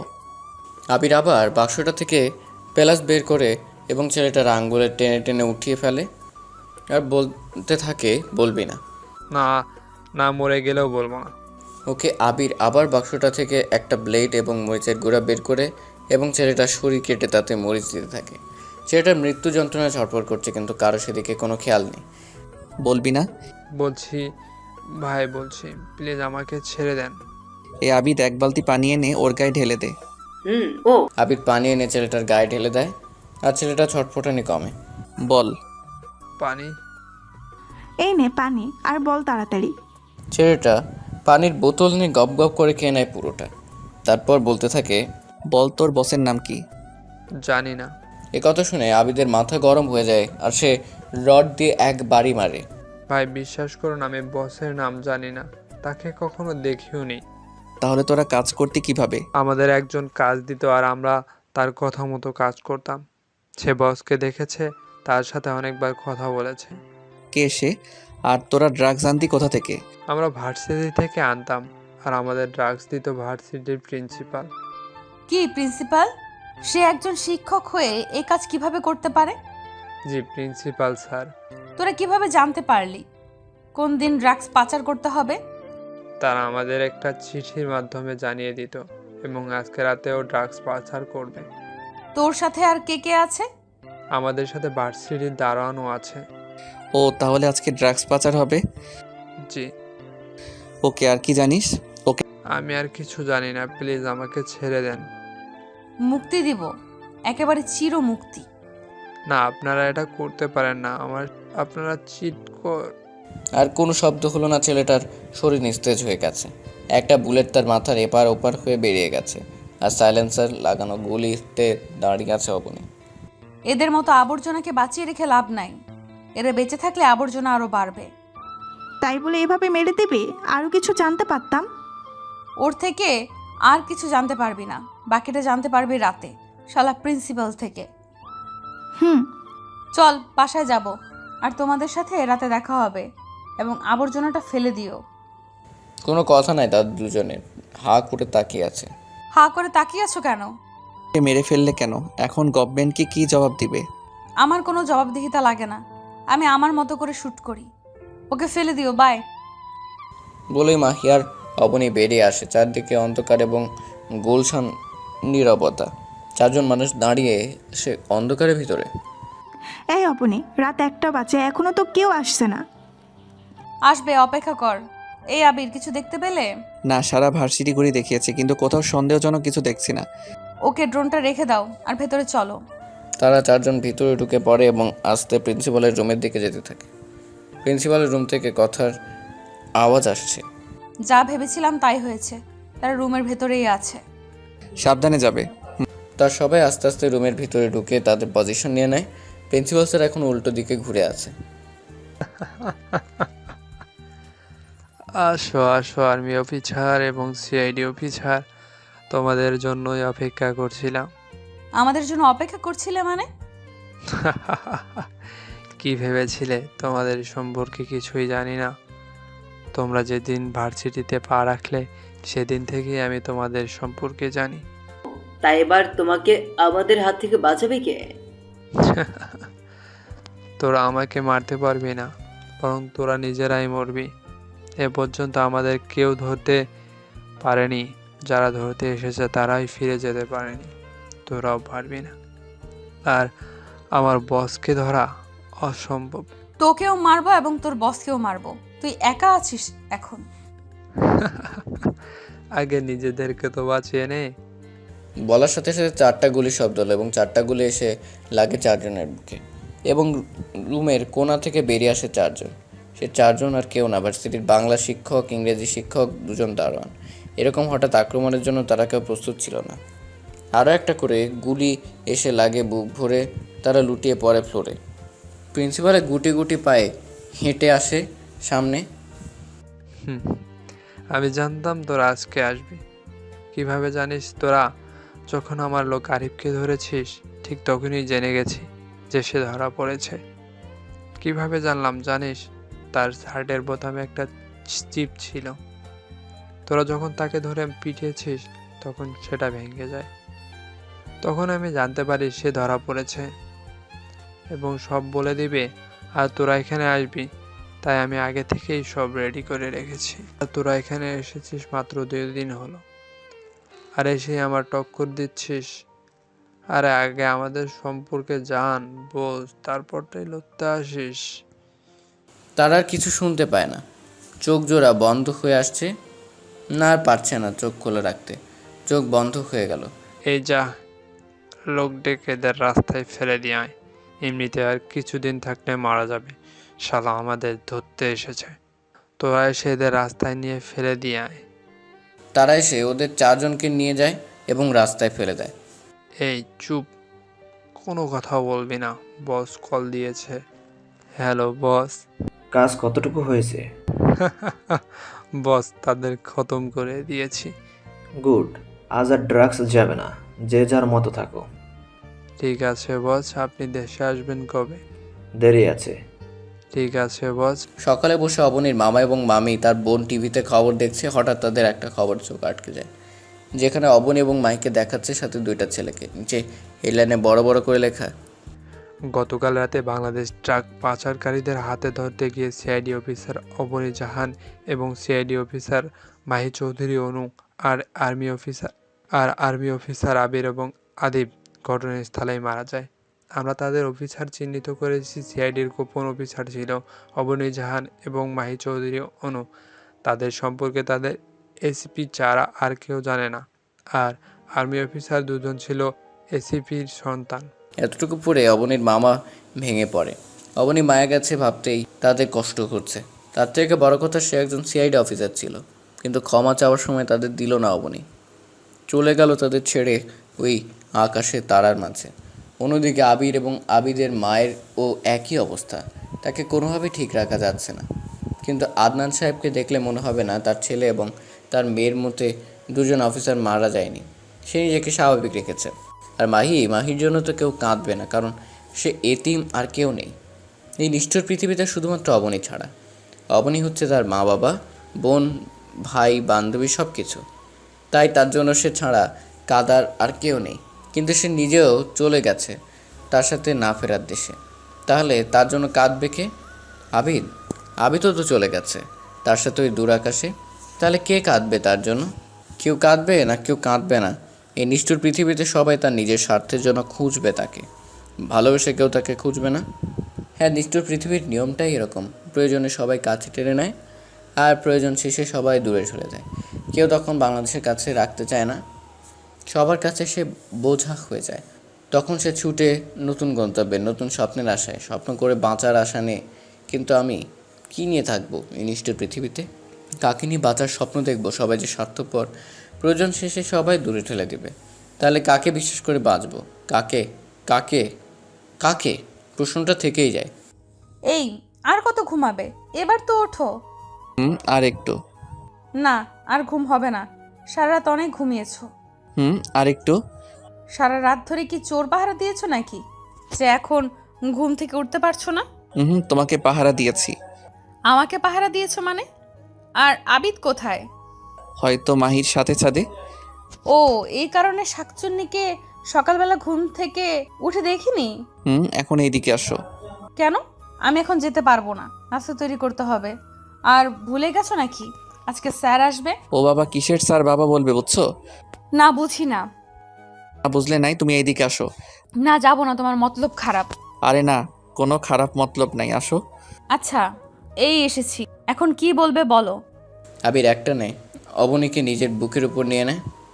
এই তুমি বলছো কেন খারাপ মতলব নাই? এখন এগুলো কি?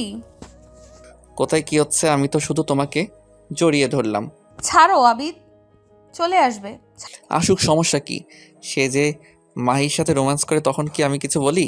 ওকে আরিফ। আবির এবং অবনী কথা বলতে বলতে দুজন দুজনার চোখে গভীর ভালোবাসায় হারিয়ে গেছে। তাদের কোনো দিকে খেয়াল নেই। তখন হঠাৎ করে মাহি এবং আবির রুমে ঢুকে উপরিক্ত কথাগুলো বলে। তোদের এটা কোনো কাজ হলো? তোদের কোন রোম্যান্সে আমরা ব্যাঘাত ঘটাইছি যে তোরা শুধু আমাদের রোম্যান্সের ভিতরে এসে ঢুকে যাস? আর একটু পরে আসলে কি হতো? তোদের মহাভারত কি অসাধ্য হয়ে যেত? আরে দুলাভাই, তুমি এত রাগো কেন? আমরা কি আর ইচ্ছে করে ঢুকছি নাকি? ভুল করে হয়ে যায়, তার জন্য সরি। তাই বলে কি এত রাগ করবে? রাগ করবো না তো কি করব? হি হি হি করে হাসবো? তা না হয় হাসো, সমস্যাটা কার বলো তো? এই মাহি, চল তো, নাস্তা বানাতে হবে। তারা দু ভাই মাথা ফাটিয়ে ফেলো ঝগড়া করে, সমস্যা নাই, আমরা আমাদের কাজ করতে চাই। আর হ্যাঁ, ভুলে যাবেন না আপনারা, আমাদের মিশনটা আনকমপ্লিট, তাই আজ থেকে আবার মিশনে নামতে হবে আমাদের। আচ্ছা, বলিনি তো। আর তোমার জন্য কি ভোলা যায়? সেটা কীভাবে তাদের ধরবে সেই চিন্তা নিয়ে পড়ে থাকো। একটু রোম্যান্স করার সময় দাও না তুমি।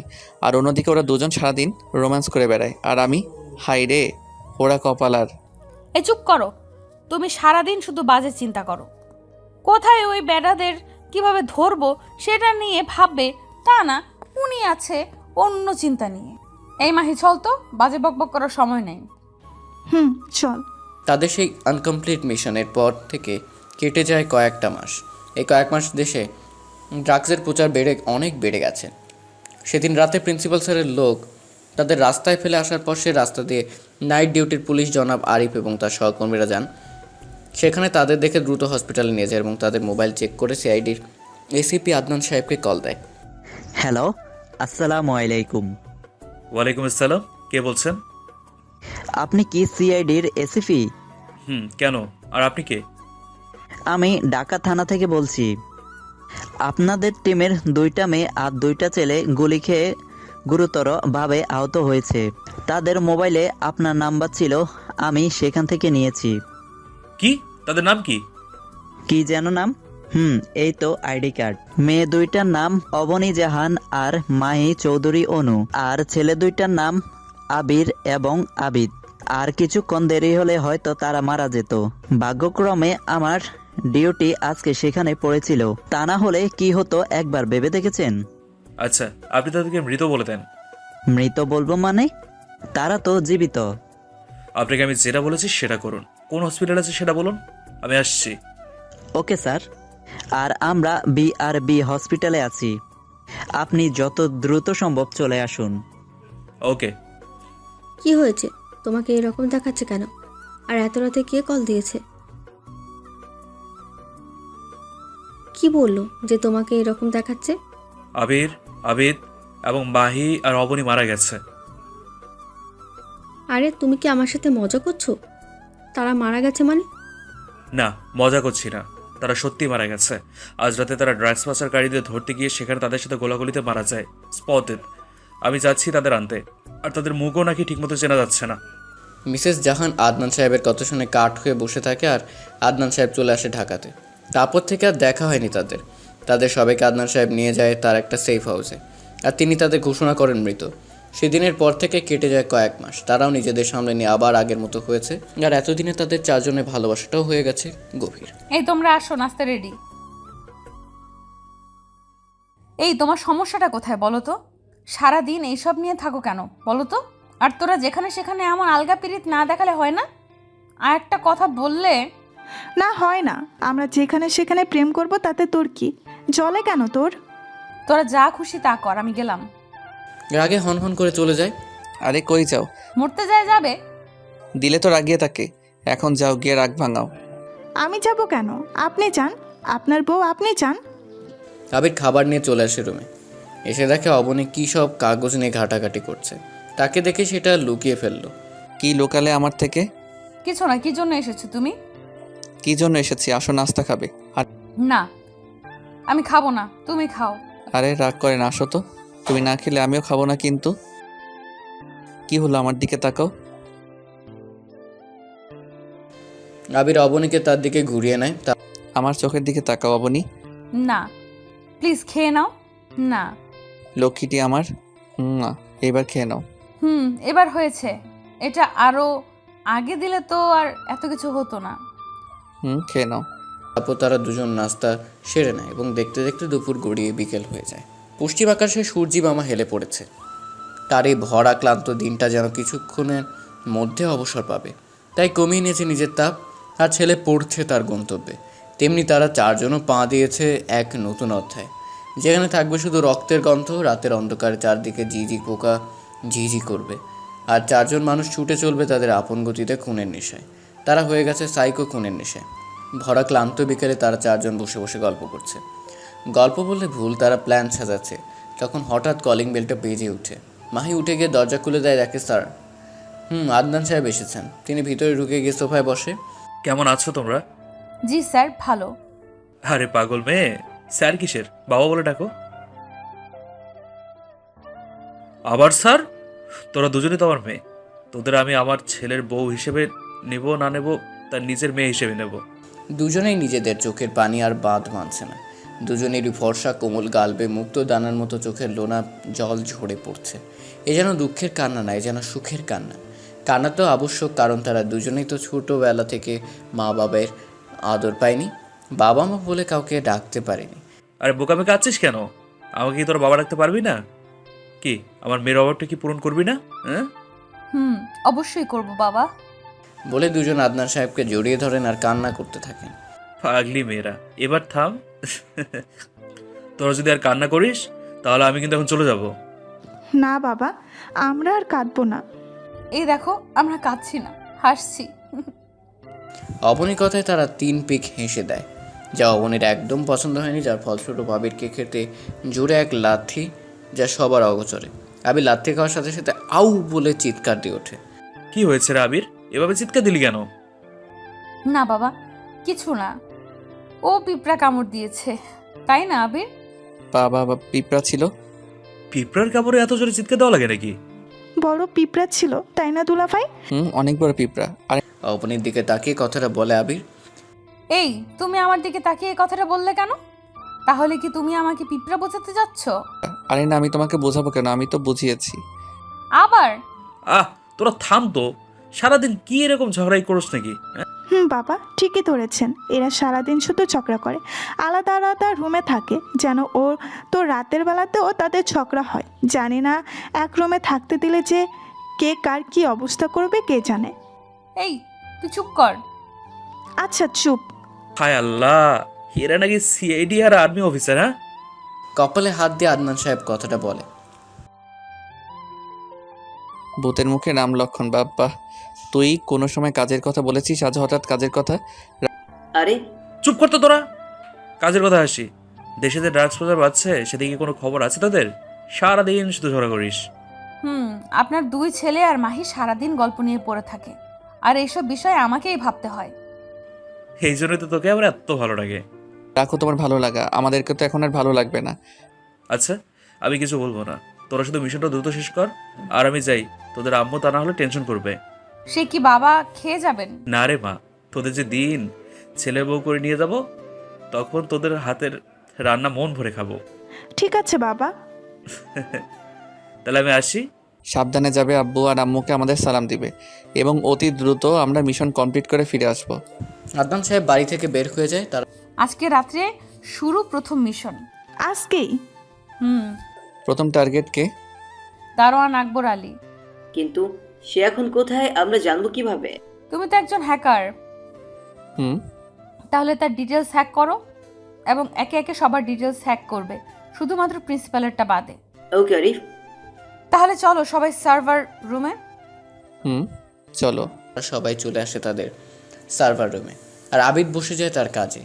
অবনী বসে যায় বিশাল পর্দার কম্পিউটারের সামনে। অবনী বসে কম্পিউটার সুইচ অন করার সাথে সাথে পুরো ভার্সিটির এবং প্রিন্সিপাল স্যারের বাড়ি পর্যন্ত কম্পিউটার শো করছে। তা দেখে সবার চোখ বড় বড় হয়ে যায়। এত অবাক হওয়ার কি আছে, এতগুলো সব ড্রোন শুট। তোর কাছে ড্রোন আছে? হুম। কই, আমাকে তো কখনো বললি না। মনে ছিল না, বাদ দে। কিন্তু ড্রোনগুলো তো আমাদের থেকে প্রায় 10 থেকে 30 কিলোমিটার দূরে। এত দূর থেকে এগুলো কন্ট্রোল করছো কিভাবে? এগুলোর রেঞ্জ 100 কিলোমিটার, তাই এদের কন্ট্রোল করতে কোনো সমস্যা হয় না। ও এইবার মনিটরে চোখ দাও। তারা সবাই প্রায় 30 মিনিটের মতো রুমে বসে পর্যবেক্ষণ করছিল। এর ভিতরে আবিদ বাকিদের ডাটা অফ করে ফেলেছে। এই আপনি দেখ, আকবর আলী তো বের হয়ে যাচ্ছে। রেডি হও সবাই মিশনের জন্য, তাকে তার বাড়িতেই মারবো। বাড়িতে তাহলে? সমস্যা নাই, তাদেরকে তার পাপ কাজের ডিটেলস দিয়ে চলে আসবো। অবনীর কথায় সবাই সম্মতি জানিয়ে তাদের মিশনের জন্য রেডি হয়ে নেয় আর বেরিয়ে পড়ে এক মন খেলার উদ্দেশ্যে। 4 জন মানুষ দাঁড়িয়ে আছে একজন মানুষের সামনে, মুখে তাদের কালো মাস্ক এবং পরনে কালো কোট। তাদের সামনে বেঁধে রাখা হয়েছে একজনকে, সে আর কেউ নয়, আকবর মিয়া। এই তোর কাকে বেঁধে রেখেছিস জানিস না? তোদের জানে মেরে ফেলবো। আরে কুল, আকবর মিয়া এত তারা কিসের মারার জন্য? একবার ছাড়া পেয়ে নেই, তোদের এক এক করে গুলি করে মারবো। আরে মিয়া আন্নে, আকনেরও তো কিয়া মারবেন? আমারই তো আন্নেরে মারতাম আইসি। কি আমাকে মারবি তোরা? তোদের মতো বাচ্চা ফোলাপাইন। আমি কারোক জানিস না তোরা।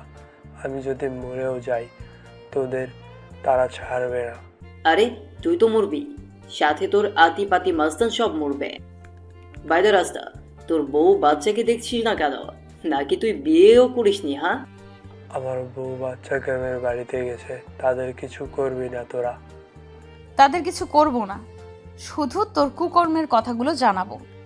তোরা কে রে? এতক্ষণ থেকে আমাকে বেঁধে রেখে বাজে বক বক করছিস। সাহস থাকলে মুখ খুলে সামনাসামনি হ। আচ্ছা দেখো তো আমাদের চিনতে পারছিস কিনা। এই কথা বলেই সবাই একসাথে মুখের মাস্ক খুলে ফেলে আর আকবর মিয়া তাদের দেখে ভূত দেখার মতো চমকে ওঠে। তোরা এখনো বেঁচে আছিস? কোনো কি ভেবেছিলি মরে যাব? আরে আল্লাহ যাকে এই দুনিয়াতে রাখবে তাকে বান্দা হাজার চেষ্টা করে মারতে পারবি না? তোকে বলেছিলাম এইটাই তোর শেষ সুযোগ। কথাটা বলার সাথে সাথে তার কপাল ছিদ্র করে একটা বুলেট মাথার এপার ওপার হয়ে যায় আর আকবর মিয়ার নিথর দেহ চলে ঢলে পড়ে চেয়ারের উপর। সবাই অবনীর দিকে তাকিয়ে আছে আর হাতে থাকা সাইলেন্সার লাগানো গুলি এখনও তাক করা আছে আকবর মিয়ার দিকে। তোকে বলেছিলাম এইটাই তোর শেষ সুযোগ, পরের বার কোনো সুযোগ পাবি না দ্বিতীয়বার কথা বলার জন্য। ওকে নিয়ে ভার্সিটি গেটের সামনে ফেলে দাও, আর এই মেমোরি কার্ডটা তার বুক পকেটে রেখে দিবে। ওকে। তারা আকবর মিয়াকে নিয়ে ফেলে দেয় ভার্সিটি গেটের সামনে। পরের দিন সকালবেলা আবির বসে বসে টিভিতে খবর দেখছে, সকল চ্যানেলে এই সংবাদ। ঢাকা বিশ্ববিদ্যালয়ের দারোয়া আকবর মিয়াকে কে বা কারা রাতের অন্ধকারে খুন করে ভার্সিটির সামনে ফেলে রেখে গেছে। খুনি প্রমাণ করা যায়নি, কে করেছে আর কারা করেছে শত্রুতা থাকতে পারে, কিন্তু আকবর মিয়ার পকেট থেকে একটি মেমোরি কার্ড পাওয়া গেছে। সেটার ভিতরে কি আছে তার খবর এখনো আমাদের হাতে এসে পৌঁছায়নি। পরবর্তী আপডেট জানতে চোখ রাখুন চ্যানেলে। বিপদ মাত্র একটা গেল। বাকিগুলো যাবে খুব দ্রুত। এই নাস্তা রেডি, আসো। আর নিজেদের কাজের খবর নিজেরা দেখলে হবে? আরে বুঝোস না, তারা যে এটা করেছে তা দেখতে হবে না? বুঝি। কচু বুঝো, তুমি নিজে সব কিছু করে আর আমাদের পস্তাও। ভাইয়া ঠিক বলেছি ভাবি, সব তুমি করো আর তুমি মাহি আমাদের দোষ দাও, এটা কিন্তু আমরা মানবো না। মানলে মানো, না মানলে নাই। আরে বাদ দে তো মাহি, তাদের খেতে দে।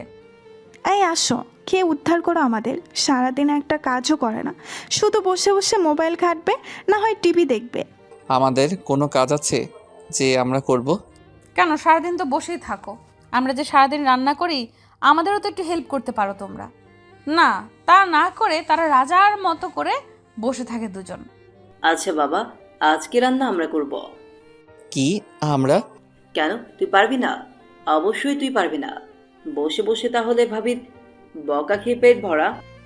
কে বলেছে রান্না করবে না? আমি তোকে বলেছি? বেশি বুঝোস কেন তুই? ও, আমি এখন বেশি বুঝি তাই না? এই তোমরা চুপ করবে? কে কতটুকু রান্না পারে আর কারটা ভালো হয় দেখা যাবে। হি হি হি। ওকে, তাহলে নাস্তা করে চলে যাও কিচেনে। তারা সবাই নাস্তা করে, অবনী এবং মাহি বসেছে টিভি দেখতে, আর আবির যায় রান্না করতে। এই ভাইয়া, আমি তো ঠিক মতো রান্না পারি না। তাহলে এতক্ষণ বড় বড় কথা বললি কেন? আমার থেকে শেখ। আসছে আমার থেকে শিখ রান্না, নিজেও তো পারি না রান্না। কে কে বলেছে তোকে আমি রান্না পারি না? এই তোমরা ঝগড়া করবে নাকি রান্না করবে? করছি। তারা দুজন সর্বপ্রথম চলে যায় পেঁয়াজ কাটতে। পেঁয়াজ কাটতে কাটতে হঠাৎ আউ করে একটা শব্দ হয়, আর আবির হি হি করে হেসে দেয়। হি হি হি? কি রে, এতক্ষণ তো আমাকে বললি, এখন তাহলে তোর কাটলো কেন? এতক্ষণে অবনী আর মাহি কিচেনে এসে হাজির। তাদের চিৎকারে তারা চলে আসে। এসে দেখে তারা দুজন একে অপরের দিকে তাকিয়ে হাসছে, কিন্তু তাদের হাত থেকে রক্ত পড়ছে সেদিকে কোনো খেয়াল নেই। হঠাৎ কারো ঠোঁটের কোমল স্পর্শে দুজনের হাসি থেমে যায়। অবনী আর মাহি তাদের আঙুলগুলো এতক্ষণে মুখে পড়ে নিয়েছে। তারা তাদের দিকে এক মনে তাকিয়ে আছে। কখন যে তারা দুজন তাদের আঙুল ছেড়ে দিয়েছে সেদিকে কোনো খেয়াল নেই। ওই কি দেখছো? হঠাৎ অবনীর প্রশ্নে তাদের ধ্যান ভাঙে। না, কিছু না। তোমাদের যে হাত কেটে গেছে সেদিকে কোনো খেয়াল আছে? তারা দুজন হেসেই যাচ্ছে। যে কাজ পারো না সে কাজ করতে আসো কেন? না মানে হয়েছে, এবার যাও তোমরা দুজন। তারা দুজন কিচেন রুম থেকে চলে আসে, আর বাকি দুজন রান্না করতে থাকে। স্যার, আমাদের সাথে একজনকে কে বা কারা মেরে ফেলেছে। শুনেছি তার সকলে ড্রাগস পাচারের তথ্য নাকি পুলিশ পেয়েছে তার সাথে পাওয়া মেমোরি কার্ডে। চিন্তার বিষয় এটা। কে মারতে পারে তাকে, সাথে তার সকল কুকর্মের ডিটেলস। স্যার, আমার মনে হচ্ছে আমাদের উপর কেউ নজর রাখছে। কিন্তু কে? এই আর্মি আর সিআইডি অফিসারদের মেরে ফেলার পর থেকে তো আর কেউ এরকম আসেনি। স্যার, এটা খুব চিন্তার বিষয়, আর সবাইকে সাবধানে থাকতে হবে। আরে বাদ দে তো, একটা মরেছে তো কি হয়েছে, আমাদের কাজ তো আর থেমে থাকবে না। এরকম কত মরবে, কত আসবে। আর হ্যাঁ, আমাদের তো সকল ডাটা হ্যাক হয়ে গেছে, সেখানে একটাই লেখা, AC is back. Principal sir কপালে আবার চিন্তার রেশ দেখা দিল, কিন্তু সেটা কাউকে বুঝতে দেয়নি। তোরা আজকের মতো যে যার বাড়িতে যাও, আর ভয় পাবার কোনো কারণ নেই। সবাই যে যার মতো চলে যায়। দেখতে দেখতে রাত হয়ে যায়। এই তোমরা রেডি তো? ইয়েস ম্যাম, সবাই একসাথে বলে। তাহলে চলো বের হওয়া যাক। চলো। তারা সবাই আবার রাতের অন্ধকারে বেরিয়ে পড়ে, আর একটা খুনের নেশায়, এবং কিছুক্ষণের মধ্যে পৌঁছে যায় ভার্সিটির সামনে। তাদের আজকের টার্গেট দারোয়ান মফিজ নিয়ে। আসসালামু আলাইকুম চাচা, কেমন আছেন? আমি ভালো আছি, কিন্তু তোমরা কারা আর এত রাতে এখানে কেন? রাতের বেলায় এই এলাকা মোটেও ভালো না, তোমরা চলে যাও এখান থেকে। যা বাবা, হালা সালামে যাওয়াটা দিল না। আবিদ মনে মনে কথাটা বলে তারা গতকালকের মতো মুখে মাস্ক এবং পরনে কালো কোট ছিল, তাই তাদের চিনতে পারেনি। আসলে চাচা আমরা রাস্তা ভুলে গেছি, তাই এদিকে চলে এসেছি। আর আমাদের না সামনের দিকে যেতে ভয় করছে, যদি আপনি আমাদের সাথে কিছুটা যেতেন। তোমরা তিনজন হয়ে ভয় করছো, আর তোমাদের দেখে মনে হচ্ছে অনেক বড় ঘরের সন্তান। প্লিজ চাচা, এই মোড়টা পার করে দিলে হবে। শুনেছি এই মোড়ে নাকি ভূত থাকে, আমরা আবার ভূত অনেক ভয় করি। আচ্ছা, তোমরা এত করে যখন বলছো তখন না হয় দিয়ে আসলাম কিছুটা। তারা সবাই এবং মফিজ মিয়া হেঁটে চলল। কিছুটা যাওয়ার পর মোড় পার হওয়ার সাথে সাথে আবির এবং আবির তাকে গাছের সাথে বেঁধে ফেলে। এই তোমরা কি করছো? এটা আমাকে বাঁধছো কেন? তোকে মারার জন্য। মফিজ মিয়াকে আর কোনো কথার সুযোগ না দিয়ে তার মুখে টেপ মেরে দেওয়া হয়। গতকালকে আকবর মিয়াকে মারতে আমরা প্রচুর কথা বলেছি, কিন্তু আজকে বেশি কথা বলবো না। শুধু একটা প্রশ্ন করব, সোজা উত্তর দিবি, না হলে খালাস। অবনী আর বাকি সবাই মুখের মাস্ক খুলে ফেলে। তাদের দেখে মফিজ মিয়ার চোখ বড় বড় হয়ে যায় আর মুখ আওয়াজ করছে। অবনী গিয়ে তার মুখের ট্যাপ খুলে দেয়। তো তোমরা বেঁচে আছিস? কেন, কি ভেবেছিস মরে যাব? বেশি সময় নষ্ট করব না, শুধু একটা প্রশ্ন করব, সঠিক উত্তর দিবি। তোদের বসের নাম কি? জানি না। আর কোনো শব্দ বের হয় না। শরীরটা আস্তে আস্তে নিস্তেজ হয়ে যাচ্ছে তার। একটা গুলি এসে লাগে তার কপালে। গুলি হাতে দাঁড়িয়ে আছে অবনী। আরে বাবা, আজকেও তুমি মেরে দিলে, আমাদেরকেও তো মারার সুযোগ দিবে একটু। অবনী কাউকে সুযোগ দেয় না, সে সুযোগ নেয়। আর ওকে ভার্সিটির গেটের সামনে নিয়ে ফেলে দাও। হ্যাঁ, নিজে মারবে আর আমাদের বলবে ফেলতে। ফেলবে কিনা সেটা বলো। আরে ফেলবো তো, এই তো ফেলে দিচ্ছি। তারা দুজন মফিজ মিয়াকে ধরে এনে ফেলে দেয় ভার্সিটি গেটের সামনে। আর পিছনে তারা দুজন খিলখিল করে হেসে দেয়। এই ভাইয়া, কি চিল্লাচ্ছিস কেন? আরে রাগুস কেন? একটা সুযোগ আছে তাদের টিচ করার। বড় ভাইদের সামনে এগুলো বলতে লজ্জা করে না? আসছে বড় ভাই হতে। তোর মনে চায় ভাবিকে চুমু খেতে, কি মনে চায় না? কিন্তু কিভাবে? আমি যেভাবে করব তুইও সেভাবে করবি। ওকে। এতক্ষণে মাহি আর অবনী তাদের কাছে চলে এসেছে। এই মাহি, দেখো তো, আমার চোখে মনে হয় কিছু একটা পড়েছে। কই দেখি। এই অবনী, দেখো তো, আমার চোখে মনে হয় কিছু পড়েছে। থাক, লাগবে না, আমি দেখে নিচ্ছি। আরে আমি কি বললাম, এদিকে আসো, আমি দেখে দিচ্ছি। তারা দুজনের চোখের কাছে নিজেদের চোখ নিতেই তারা দুজন তাদের নিজেদের চাঁট ঠোঁট এক করে দেয়। মাহি এবং অবনী এরকম হঠাৎ লিপ কিসে ঘাবড়ে যায়। তবুও নিজেদের ঠিক করে হাত চাটতে চেষ্টা করে, কিন্তু তাদের সাথে না পেরে রেসপন্স দিতে থাকে। কিছুক্ষণ থাকার পর দুজনকে ছেড়ে দেয়। এই তোমাদের চোখে কি পড়ছিল? কি করবো বলো, তোমাকে বললে তো তুমি দাও না, তাই কৌশল করে নিয়ে নিলাম। মিশনে এসেও তোমাদের দুই ভাইয়ের লুচ্চামি গেল না। প্ল্যানটা ছিল কার? আবিদের। আবার হাসে?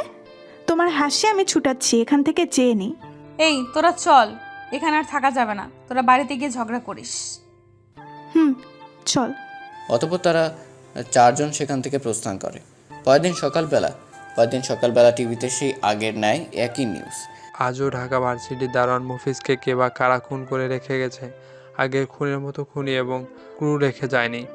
পুলিশ ধারণা করছে তাদের খুন এবং এবারের খুনটা ওই একই ব্যক্তি করেছে। জানা গেছে মফিজ মিয়া ড্রাগ পাচারকারীদের সাথে যুক্ত ছিলেন। পরবর্তী আপডেটের জন্য চ্যানেলেই চোখ রাখুন। দেখছো, আমরা অল্প কয়েকদিনে ফেমাস হয়ে যাব। আসছে প্রেমাস হতে। নিজের কাজ ঠিক মতো করো। আমি তো আমার কাজ ঠিক মতোই করছি, তুমি নিজের কাজ ঠিক মতো করো। সারাদিন শুধু ফাঁকিবাজি করো তুমি। কি আমি ফাঁকিবাজি করি? নিজে কাজে ফাঁকি দিয়ে আমার উপর চাপাচ্ছ? আসছে, আমি তার উপর আমার দোষ চাপাতে যাব? আমি আমার কাজ ঠিক মতোই করি। কিভাবে করো জানা আছে আমার।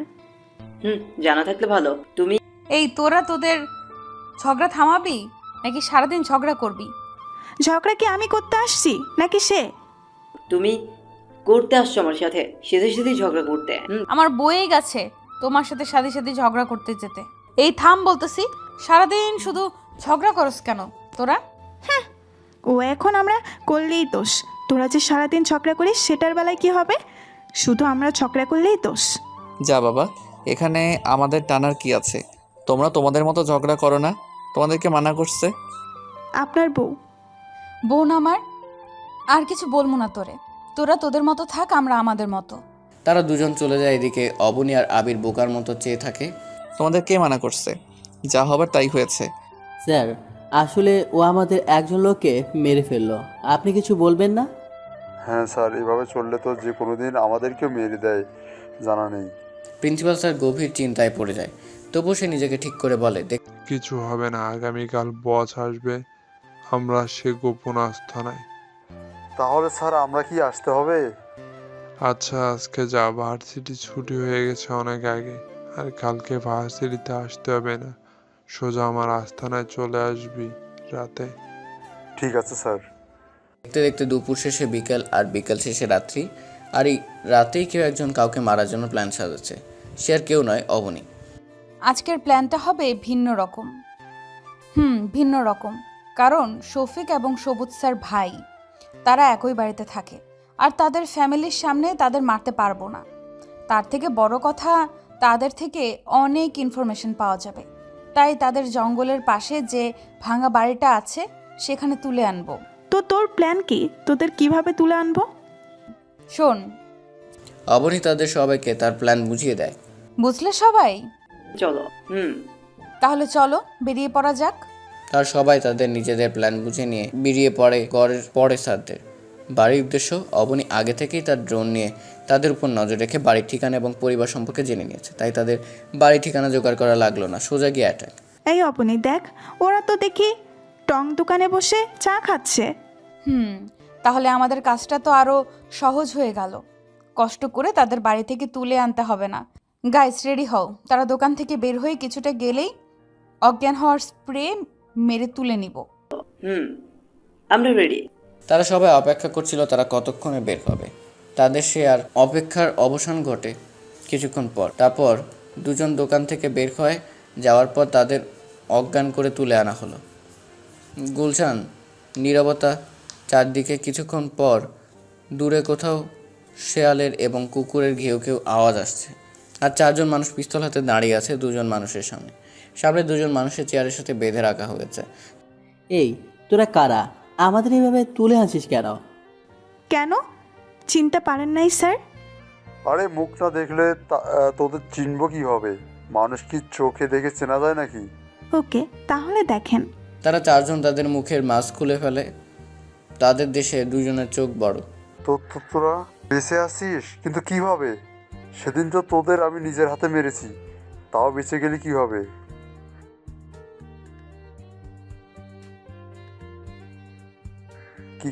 কিসের প্রশ্ন আর কিসের উত্তর? আমি এত কথা বলতে পারবো না। এই মাহি, তুই জিজ্ঞেস কর। স্যার, আপনাদের বেশি কিছু জিজ্ঞেস করব না, শুধু কয়েকটা প্রশ্ন করব, তার সঠিক উত্তর দেবেন। আপনার বসের নাম কি? জানি না। আপনাদের বস কোথায় থাকে? জানি না।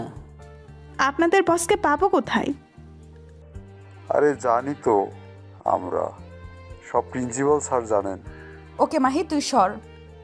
আবির, এবার তোমার কাজ শুরু করো। আবির গিয়ে একটা চেয়ার টেনে বসে পড়ে তাদের সামনে, আর একটা বক্স রাখে টেবিলের উপর। সেটা থেকে সে প্রথমে প্লাস বের করে এবং আসিফ সাহেবের একটা নোক টেনে তুলে ফেলে। সে চিৎকার করছে কিন্তু সেটা কারো কান অবধি পৌঁছচ্ছে না। বল, তোদের বসের নাম কি? কথাটা বলতে বলতে আবির আবার বাক্স থেকে ব্লেড এবং মরিচের গুঁড়া বের করে। জানি না। আবির কোনো কথা না বলে উঠে সবুজ স্যারের গায়ে থাকা শার্টটা খুলে ফেলে এবং তার শাড়ির ব্লেড দিয়ে কাটতে থাকে। বলবি না তোদের কিছু? না। ওকে ফাইন, তোদের বলতে হবে না।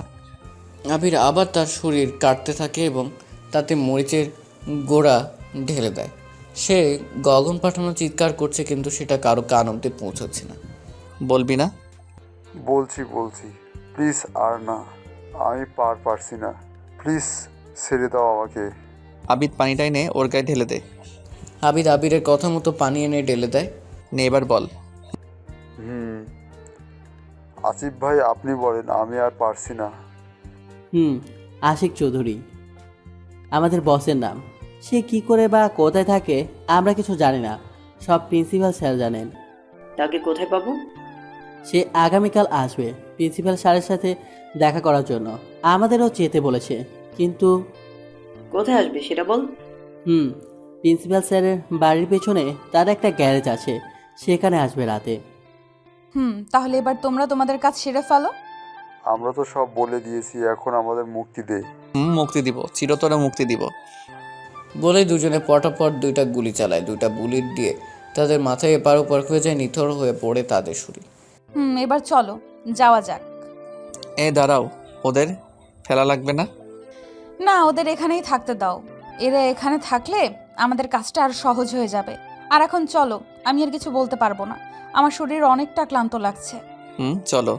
তারা সকলে চলে আসে তাদের বাড়িতে, আর সেই ঘুমিয়ে পড়ে। সবে অনেক ক্লান্ত, তাই বিছানার সাথে গা এড়িয়ে দেওয়ার কিছুক্ষণের মধ্যে তা হারিয়ে যায় ঘুমের রাজ্যে। পরদিন সকালবেলা আবিরের ঘুম ভেঙে যায় মোবাইলের সাউন্ডে। সে ঘুম ঘুম চোখে মোবাইলে তাকায়। আদনান সাহেব কল করেছে। হ্যালো আব্বু। কিরে, এখনো ঘুমাচ্ছিস নাকি? কেন, কি হয়েছে? ওত, এত বেলা পর্যন্ত ঘুমানো লাগবে না। আর তোদের কাজ কতটুকু হয়েছে? কাজ আজকে শেষ হবে, আর বাকিটা অবনী জানে। এই অবনীর নাম্বার বন্ধ কেন? দেখ তো। অবনীর নাম্বার বন্ধ হতে যাবে কেন? আচ্ছা তুমি রাখো, আমি দেখছি। আবির লাইন কেটে দিয়ে চলে যায় অবনীতের রুমে। সে কি রুমে কাউকে পায় না? আবির তাদের না পেয়ে পুরো বাড়ি খুঁজে তাও পায় না। সে অনেকটা ঘাবড়ে যায় তাদের না পেয়ে, যে অনেকটা ভয় পেয়ে যায় কিছু একটা ভেবে। তারপর সে আর কিছু না ভেবে চলে আসে ছাদে। ছাদটাতে তাদের খোঁজা হয়নি। ছাদে এসে দেখে তারা দুজন দাঁড়িয়ে আছে। আবি গিয়ে তাদের পেছনে দাঁড়ায়। তোমরা এখানে? আর তোমাদের আমি সারা বাড়িতে খুঁজেছি, জানো কতটা ভয় পেয়ে গেছিলাম তোমাদের না পেয়ে। আরে এখানে ভয় পাবার কি আছে? ঠিক মতো খুঁজলে তো আমাদের পেয়ে যেতে। মাহি, তুমি একটু নিচে যাবে? আচ্ছা যাচ্ছি। মাহি চলে যায় নিচে, আর আবির পিছনে দাঁড়ায় অবনীর পাশে। অবনীর হাতের উপর হাত রাখে সে। তোমার কি হয়েছে অবনী? কই কি হয়েছে? আমার কিছু হয়নি। তোমাকে আজকে এরকম দেখাচ্ছে কেন? আর মোবাইল বন্ধ কেন? মোবাইলের চার্জ শেষ। আর আমাকে কিরকম দেখাচ্ছে? আজকে তোমাকে অন্যরকম দেখাচ্ছে। কোনো কিছু নিয়ে মন খারাপ? না। তাহলে মন খারাপ কেন? মামা মামি জারার কথা খুব মনে পড়ছে। কত মাস হয়ে গেল তাদের সাথে যোগাযোগ নাই। আরে বাবা, এখানে মন খারাপ করার কি আছে? আজকে তো আমাদের মিশনটা শেষ হবে, তারপর না হয় আমাদের সাথে গিয়ে দেখা করে আসবে। এবার একটু হাসো প্লিজ।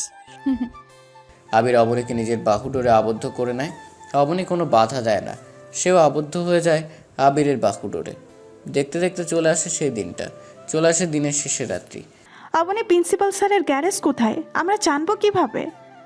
শুনলি না, তার বাড়ির পেছনে। আর সমস্যা নাই, আমি ড্রোন নিয়ে পরীক্ষা করে নিয়েছি। তার বাড়ির পেছনে একটা গ্যারেজ আছে।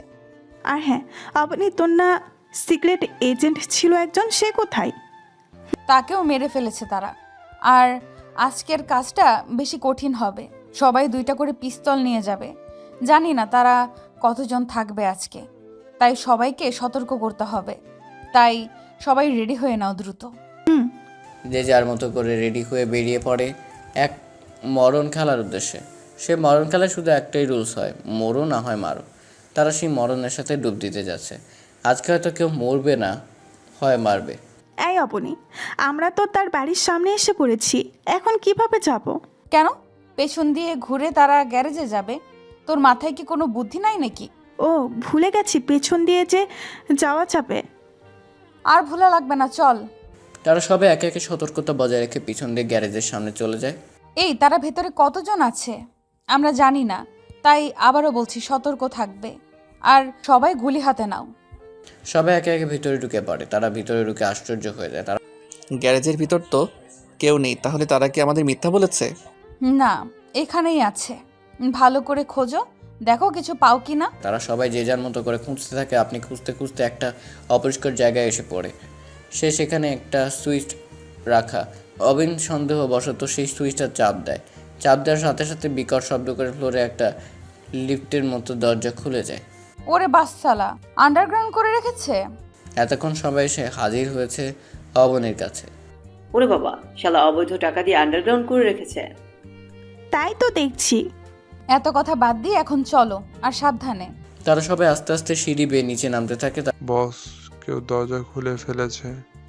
কি? কেউ তো জানে না এটার কথা। তাহলে এই দাঁড়া, এখানে তো সিসি ক্যামেরা আছে। হুম। দ্রুত কম্পিউটার ওপেন কর, আর তোরা সবাই পজিশন নিয়ে নে, কেউ আসলে গুলি চালাবি। তারা দুজন চলে যায় কম্পিউটার রুমে। বস, এখানে আমাদের 4 জনকেই দেখা যাচ্ছে। তাদের সবার হাতে গুলি আছে, কিন্তু কারোই মুখ দেখা যাচ্ছে না। 4 জন? ওকে চলো, তারা আসলেই তাদের মেরে দিতে হবে। তারা সবাই নামতে নামতে একেবারে শেষে চলে এসেছে। হঠাৎ একটা গুলি এসে অবনীর হাতে লাগে। অবনীর হাতে থাকা গুলিটা পড়ে যায়। এরকম হঠাৎ আক্রমণের জন্য তারা কেউ প্রস্তুত ছিল না। আবির তাড়াতাড়ি গিয়ে অবনীকে ধরে একটা পিলারের পিছনে চলে যায়, আর মাহি এবং আবির তাদের সাথে গুলিতে মোকাবিলা করেছে। তোমার কিছু হয়নি তো? আরে তুমি বসে থাকো, আমরা যাচ্ছি। আর তোমার কিছু হয়ে গেলে আমার কি হবে? দেখো আবির, আমার সামনে এখন এসব ন্যাকামি করবে না। আমরা মিশনে এসেছি তোমার ন্যাকামি দেখার জন্য না। এখানে হয় মারো না হয় মরো। আর আমার সাধারণ একটা গুলি লেগেছে, বেশি কিছু না তো, তাই সামনে থেকে সরে গুলি চালাও। বীর ও আর কোনো কথা না বলে যায় আবিদের কাছে। তার পিছনে অবনীও আসে। তারা 4 জন একে একে সবাই মেরে দেয়। অবনীর অসাবধানতার কারণে হঠাৎ আরও একটা গুলি এসে লাগে তার বুকে। সে ছিটকে পড়ে যায় কিছুটা দূরে। অবনীর অসাবধানতার কারণে হঠাৎ আরও একটা গুলির এস লাগে তার বুকে। সে ছিটকে গেছে, পড়ে যায় কিছুটা দূরে। আবির দৌড়ে গিয়ে তাকে ধরে। অবনী ছিটকে পড়াতে তার মুখ থেকে মাস্কটা খুলে যায়। ও তাহলে তোরা মরিসনি। অবনী আবিরকে সরিয়ে দিয়ে আবারও দাঁড়ায়। আরে আল্লাহ যাকে বাঁচায় রাখে তাকে তোদের মতো কুত্তারা কিভাবে মারবি? আর তুই তো মেয়র, তোকে আমি প্রথমে দেখে অনেক অবাক হয়ে গেছি। যাই হোক, তোর কাজ জনগণের সেবা করা, তুই তা না করে তাদের ধ্বংসের পথে ঠেলে দিলি। আরে রাখ তোর বকবক। আমি মেয়র হয়েছি তো কি হয়েছে? এ জীবনে টাকাই সব কিছু। সরকার থেকে যে টাকা পাই তা দিয়ে আমার কিছু হবে না। আমার ইচ্ছা এই বাংলাদেশের টপ 1 নম্বরে আমার নাম থাকবে। তার জন্য আমাকে যা করার আমি তাই করব। কথাগুলো বলার পর তাদের মধ্যে কিছুটা নীরবতা পালন করে। হঠাৎ করে একটা গুলির শব্দ হয়, আর প্রিন্সিপাল স্যার মাটিতে এলিয়ে পড়ে। অবনী গুলি তাক করে আছে সামনের দিকে। প্রিন্সিপালের মাথা ভেদ করে গুলি এপার ওপার হয়ে যায়। আশিক চৌধুরী অবাক এবং কিছুটা ভয়ের দৃষ্টিতে অবনীর দিকে তাকায়। কি মাহি, তোর কাজ কি শেষ হয়েছে? তারা এক্ষুনি এসে পড়বে। কি কাজ? আর কারা আসবে এখানে? তোরা কাকে আসতে বলেছিস? কিরে ভাই, পেলে নাকি এখন? আমি ভয় পাবো কেন? তোরা কাকে আসতে বলেছিস? আমাদের দলের লোক আসতে হবে না, তোদের এখান থেকে নিতে হবে না। আরে তারা আসার আগে তোরা বাঁচতে পারবি না। তোদের এখানেই মেরে তারপর আমি দেশ ছেড়ে চলে যাব। বলে গুলি করতে যাবে, তখন একটা বুলেট এসে লাগে তার হাতে। তার হাত থেকে গুলিটা পড়ে যায়। আরও একটা বুলেট এসে লাগে তার পায়ে। সে হাঁটু ভেঙে বসে পড়ে। তারা সবাই পেছনে তাকায়। আদনান সাহেব গুলি হাতে নিয়ে এগিয়ে আসছে, আর বাকি সবাই তাদের পজিশন নিয়ে নেয়। আর একটা গুলি গিয়ে লাগে আসিফ চৌধুরী কপালে। সে লুটিয়ে পড়ে মাটিতে। আব্বু, তুমি এসেছো? তোরা ঠিক আছিস তো? আমরা ঠিক আছি, কিন্তু অবনী ঠিক নেই, তার গুলি লেগেছে। অবনী হঠাৎ করে অজ্ঞান হয়ে যায়। তার শরীর থেকে অতিরিক্ত রক্ত যাওয়ার কারণে অজ্ঞান হয়ে যায়। আব্বু, অবনী অজ্ঞান হয়ে গেছে। তাকে তাড়াতাড়ি হসপিটালে নিয়ে চল, আর তোমরা লাশগুলোকে মর্গে পাঠিয়ে দিও। তারা সবাই অবনীকে নিয়ে চলে যায় হসপিটাল এবং তাকে এমার্জেন্সি পাঠানো হয়। মিটি চোখ তুলছে অবনী। সে চোখ তুলে তার পাশে মাহিটে বসে থাকতে দেখে। চারদিকে তাকিয়ে কাউকে খোঁজার চেষ্টা করছে সে। কাকে খুঁজছিস অবনী? আবির কোথায়? পাশের রুমেই আছে। কি হয়েছে তার? তার খারাপ কিছু হয়নি তো? আরে এত উত্তেজিত হচ্ছিস কেন তুই? আবির ভাইয়া ঠিক আছে। তোর শরীর থেকে অতিরিক্ত ব্লাড যাওয়ার কারণে তোর অবস্থা খুবই খারাপ হয়ে যায়। তখন ডাক্তার বলে ইমার্জেন্সি 3 ব্লাড লাগবে, কিন্তু তোর ব্লাড কোথাও পাওয়া যাচ্ছে না। ভাগ্য ভালো আবির ভাইয়ের সাথে তোর ব্লাড গ্রুপ মিলে যায়, তাই সে 3 ব্যাগ রক্ত দেওয়ার কারণে অনেকটা দুর্বল হয়ে যায়। তাই পাশের রুমে তাকে স্যালাইন দিয়ে রাখা হয়েছে। আজকে যদি আবির ভাইয়ের সাথে তোর ব্লাড গ্রুপ না মিলতো তাহলে কি হতো জানি না। আমি আবিরের কাছে যাব। দেখ অবনী, পাগলামি করবি না। তার থেকেও তুই বেশি দুর্বল, আর সে কিছুক্ষণের মধ্যেই ঠিক হয়ে যাবে। আর তুই শুয়ে থাক। না, আমি তার কাছে যাব মাহি, তুই আমাকে যেতে দে প্লিজ। দেখ অবনী, মাথা খারাপ করবি না, চুপচাপ শুয়ে থাক বলছি। সেই মুহূর্তে কেবিনের মধ্যে প্রবেশ করে আদনান সাহেব এবং তার স্ত্রী। কি হয়েছে মাই, রেগে আছিস কেন? দেখো না আব্বু, আমি আবিরের কাছে যাব, কিন্তু মাহি আমাকে যেতেই দিচ্ছে না। না, তোর কোথাও যাওয়া লাগবে না। আবির কিছুক্ষণের মধ্যেই ঠিক হয়ে যাবে। আব্বু তুমিও? বেশি কথা বলবি না, চুপচাপ শুয়ে থাক।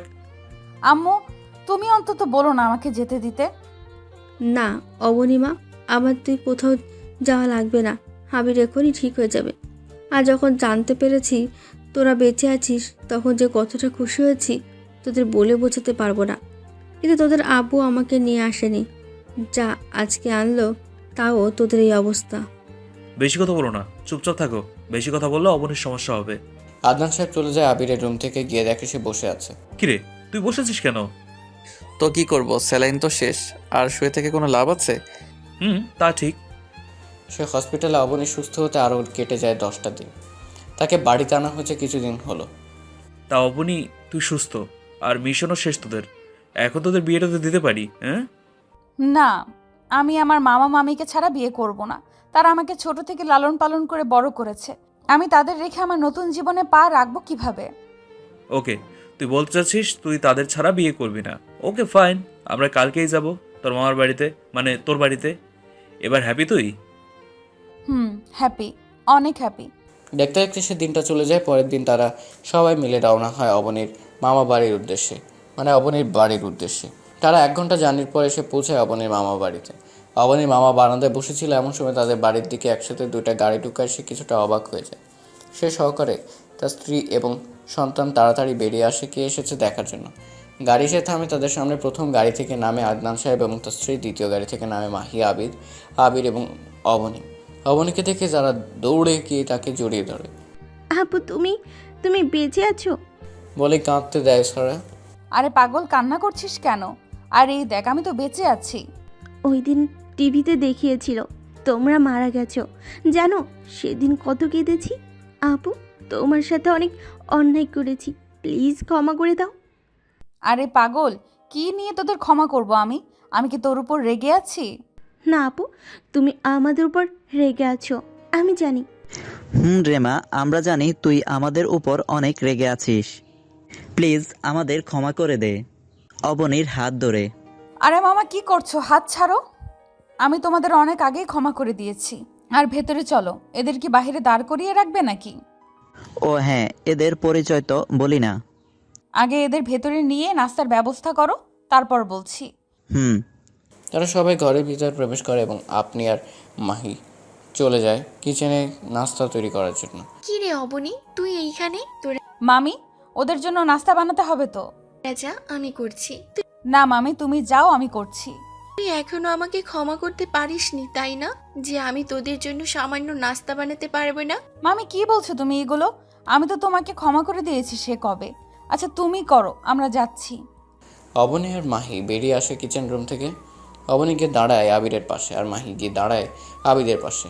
যারা এসে দাঁড়ায় অবনীর পাশে আর কানে কানে বলে, কি আপু এরা কারা যে দুজন এসে দুজনের সাথে দাঁড়িয়েছ? দোলা ভাই বুঝি? এই যারা, তোর মুখে কি কিছু আটকায় না? যাব বাবা, সত্যি কথাই তো বললাম, তা না হলে কি কেউ এসে এরকম করে কারোর গা ঘেঁষে দাঁড়ায়? অবনী কিছু না বলে চুপচাপ দাঁড়িয়ে থাকে। কিছুক্ষণের মধ্যে মামি এসে নাস্তা দিয়ে যায়। নাস্তা খাওয়ার পর্ব শেষ হলে, কি রে অবনী, তাদের পরিচয় তো বললি না? মামি বলছি, এ হচ্ছে আমাদের এসিপি স্যার, আর উনি হচ্ছে তার স্ত্রী, আর বাকি দুইজন ওনার ছেলে। কথাটা শেষ না করতেই যারা বলে ওঠে, তোমাদের জামাই মানে আমার দোলা ভাই, তাই না মাহি আপু? অবনী আসার পর থেকে তুই কথা বললি, এবার আমরা বলি। বলো। আমরা এসেছি অবনীর বিয়ের প্রস্তাব নিয়ে। আমি অবনী এবং মাহিকে নিজের ঘরের মেয়ে হিসেবে নিতে চাই। আমি তাদের বিয়ে দিয়ে দিতাম, কিন্তু অবনী আপনাদের ছাড়া বিয়ে করবে না। আর মাহির তো অবনী ছাড়া কেউ নেই, তাই অবনীর যে সিদ্ধান্ত মাহিরও তাই সিদ্ধান্ত। এরা আবার একে অপরকে ভালোবাসে। এখন আপনারা যদি চান তাহলে তাদের দুজনকে আমার ঘরের পুত্রবধূ হিসেবে নিয়ে যেতে চাই। আমরা আর কি বলবো, যদি তাদের দুজন এই বিয়েতে মত থাকে তাহলে আমাদের কোনো আপত্তি নেই। ওদের সুখেই তো আমাদের সুখ। তা আর কি, হয়েই তো গেলই। তা এখন তোদের দুজনের কোনো আপত্তি নেই তো? তাদের দুজনের একজন কথা বলে না, মাথা নিচু করে চুপচাপ দাঁড়িয়ে আছে। তারা আরে চুপচাপ থাকার সম্মতির সিদ্ধান্ত দেয়, আর তারা মুখে বলতে বুঝি লজ্জা করে না, হ্যাঁ? তাই না পুরা? তো যাই হোক, তাহলে বিয়ের তারিখ ঠিক করে গেলেই হবে, আর তারা এখন এ বাড়িতে থাকবে। বিয়ের দিন তারিখ ঠিক করে চলে যায়, বাকিরা যে যার রুশে চলে যায়। অবনীও মাহি অবনীর রুমে চলে যায়। তখন অবনীর মামি রুমে প্রবেশ করার সাথে তার মামা। কিছু বলবে মামা?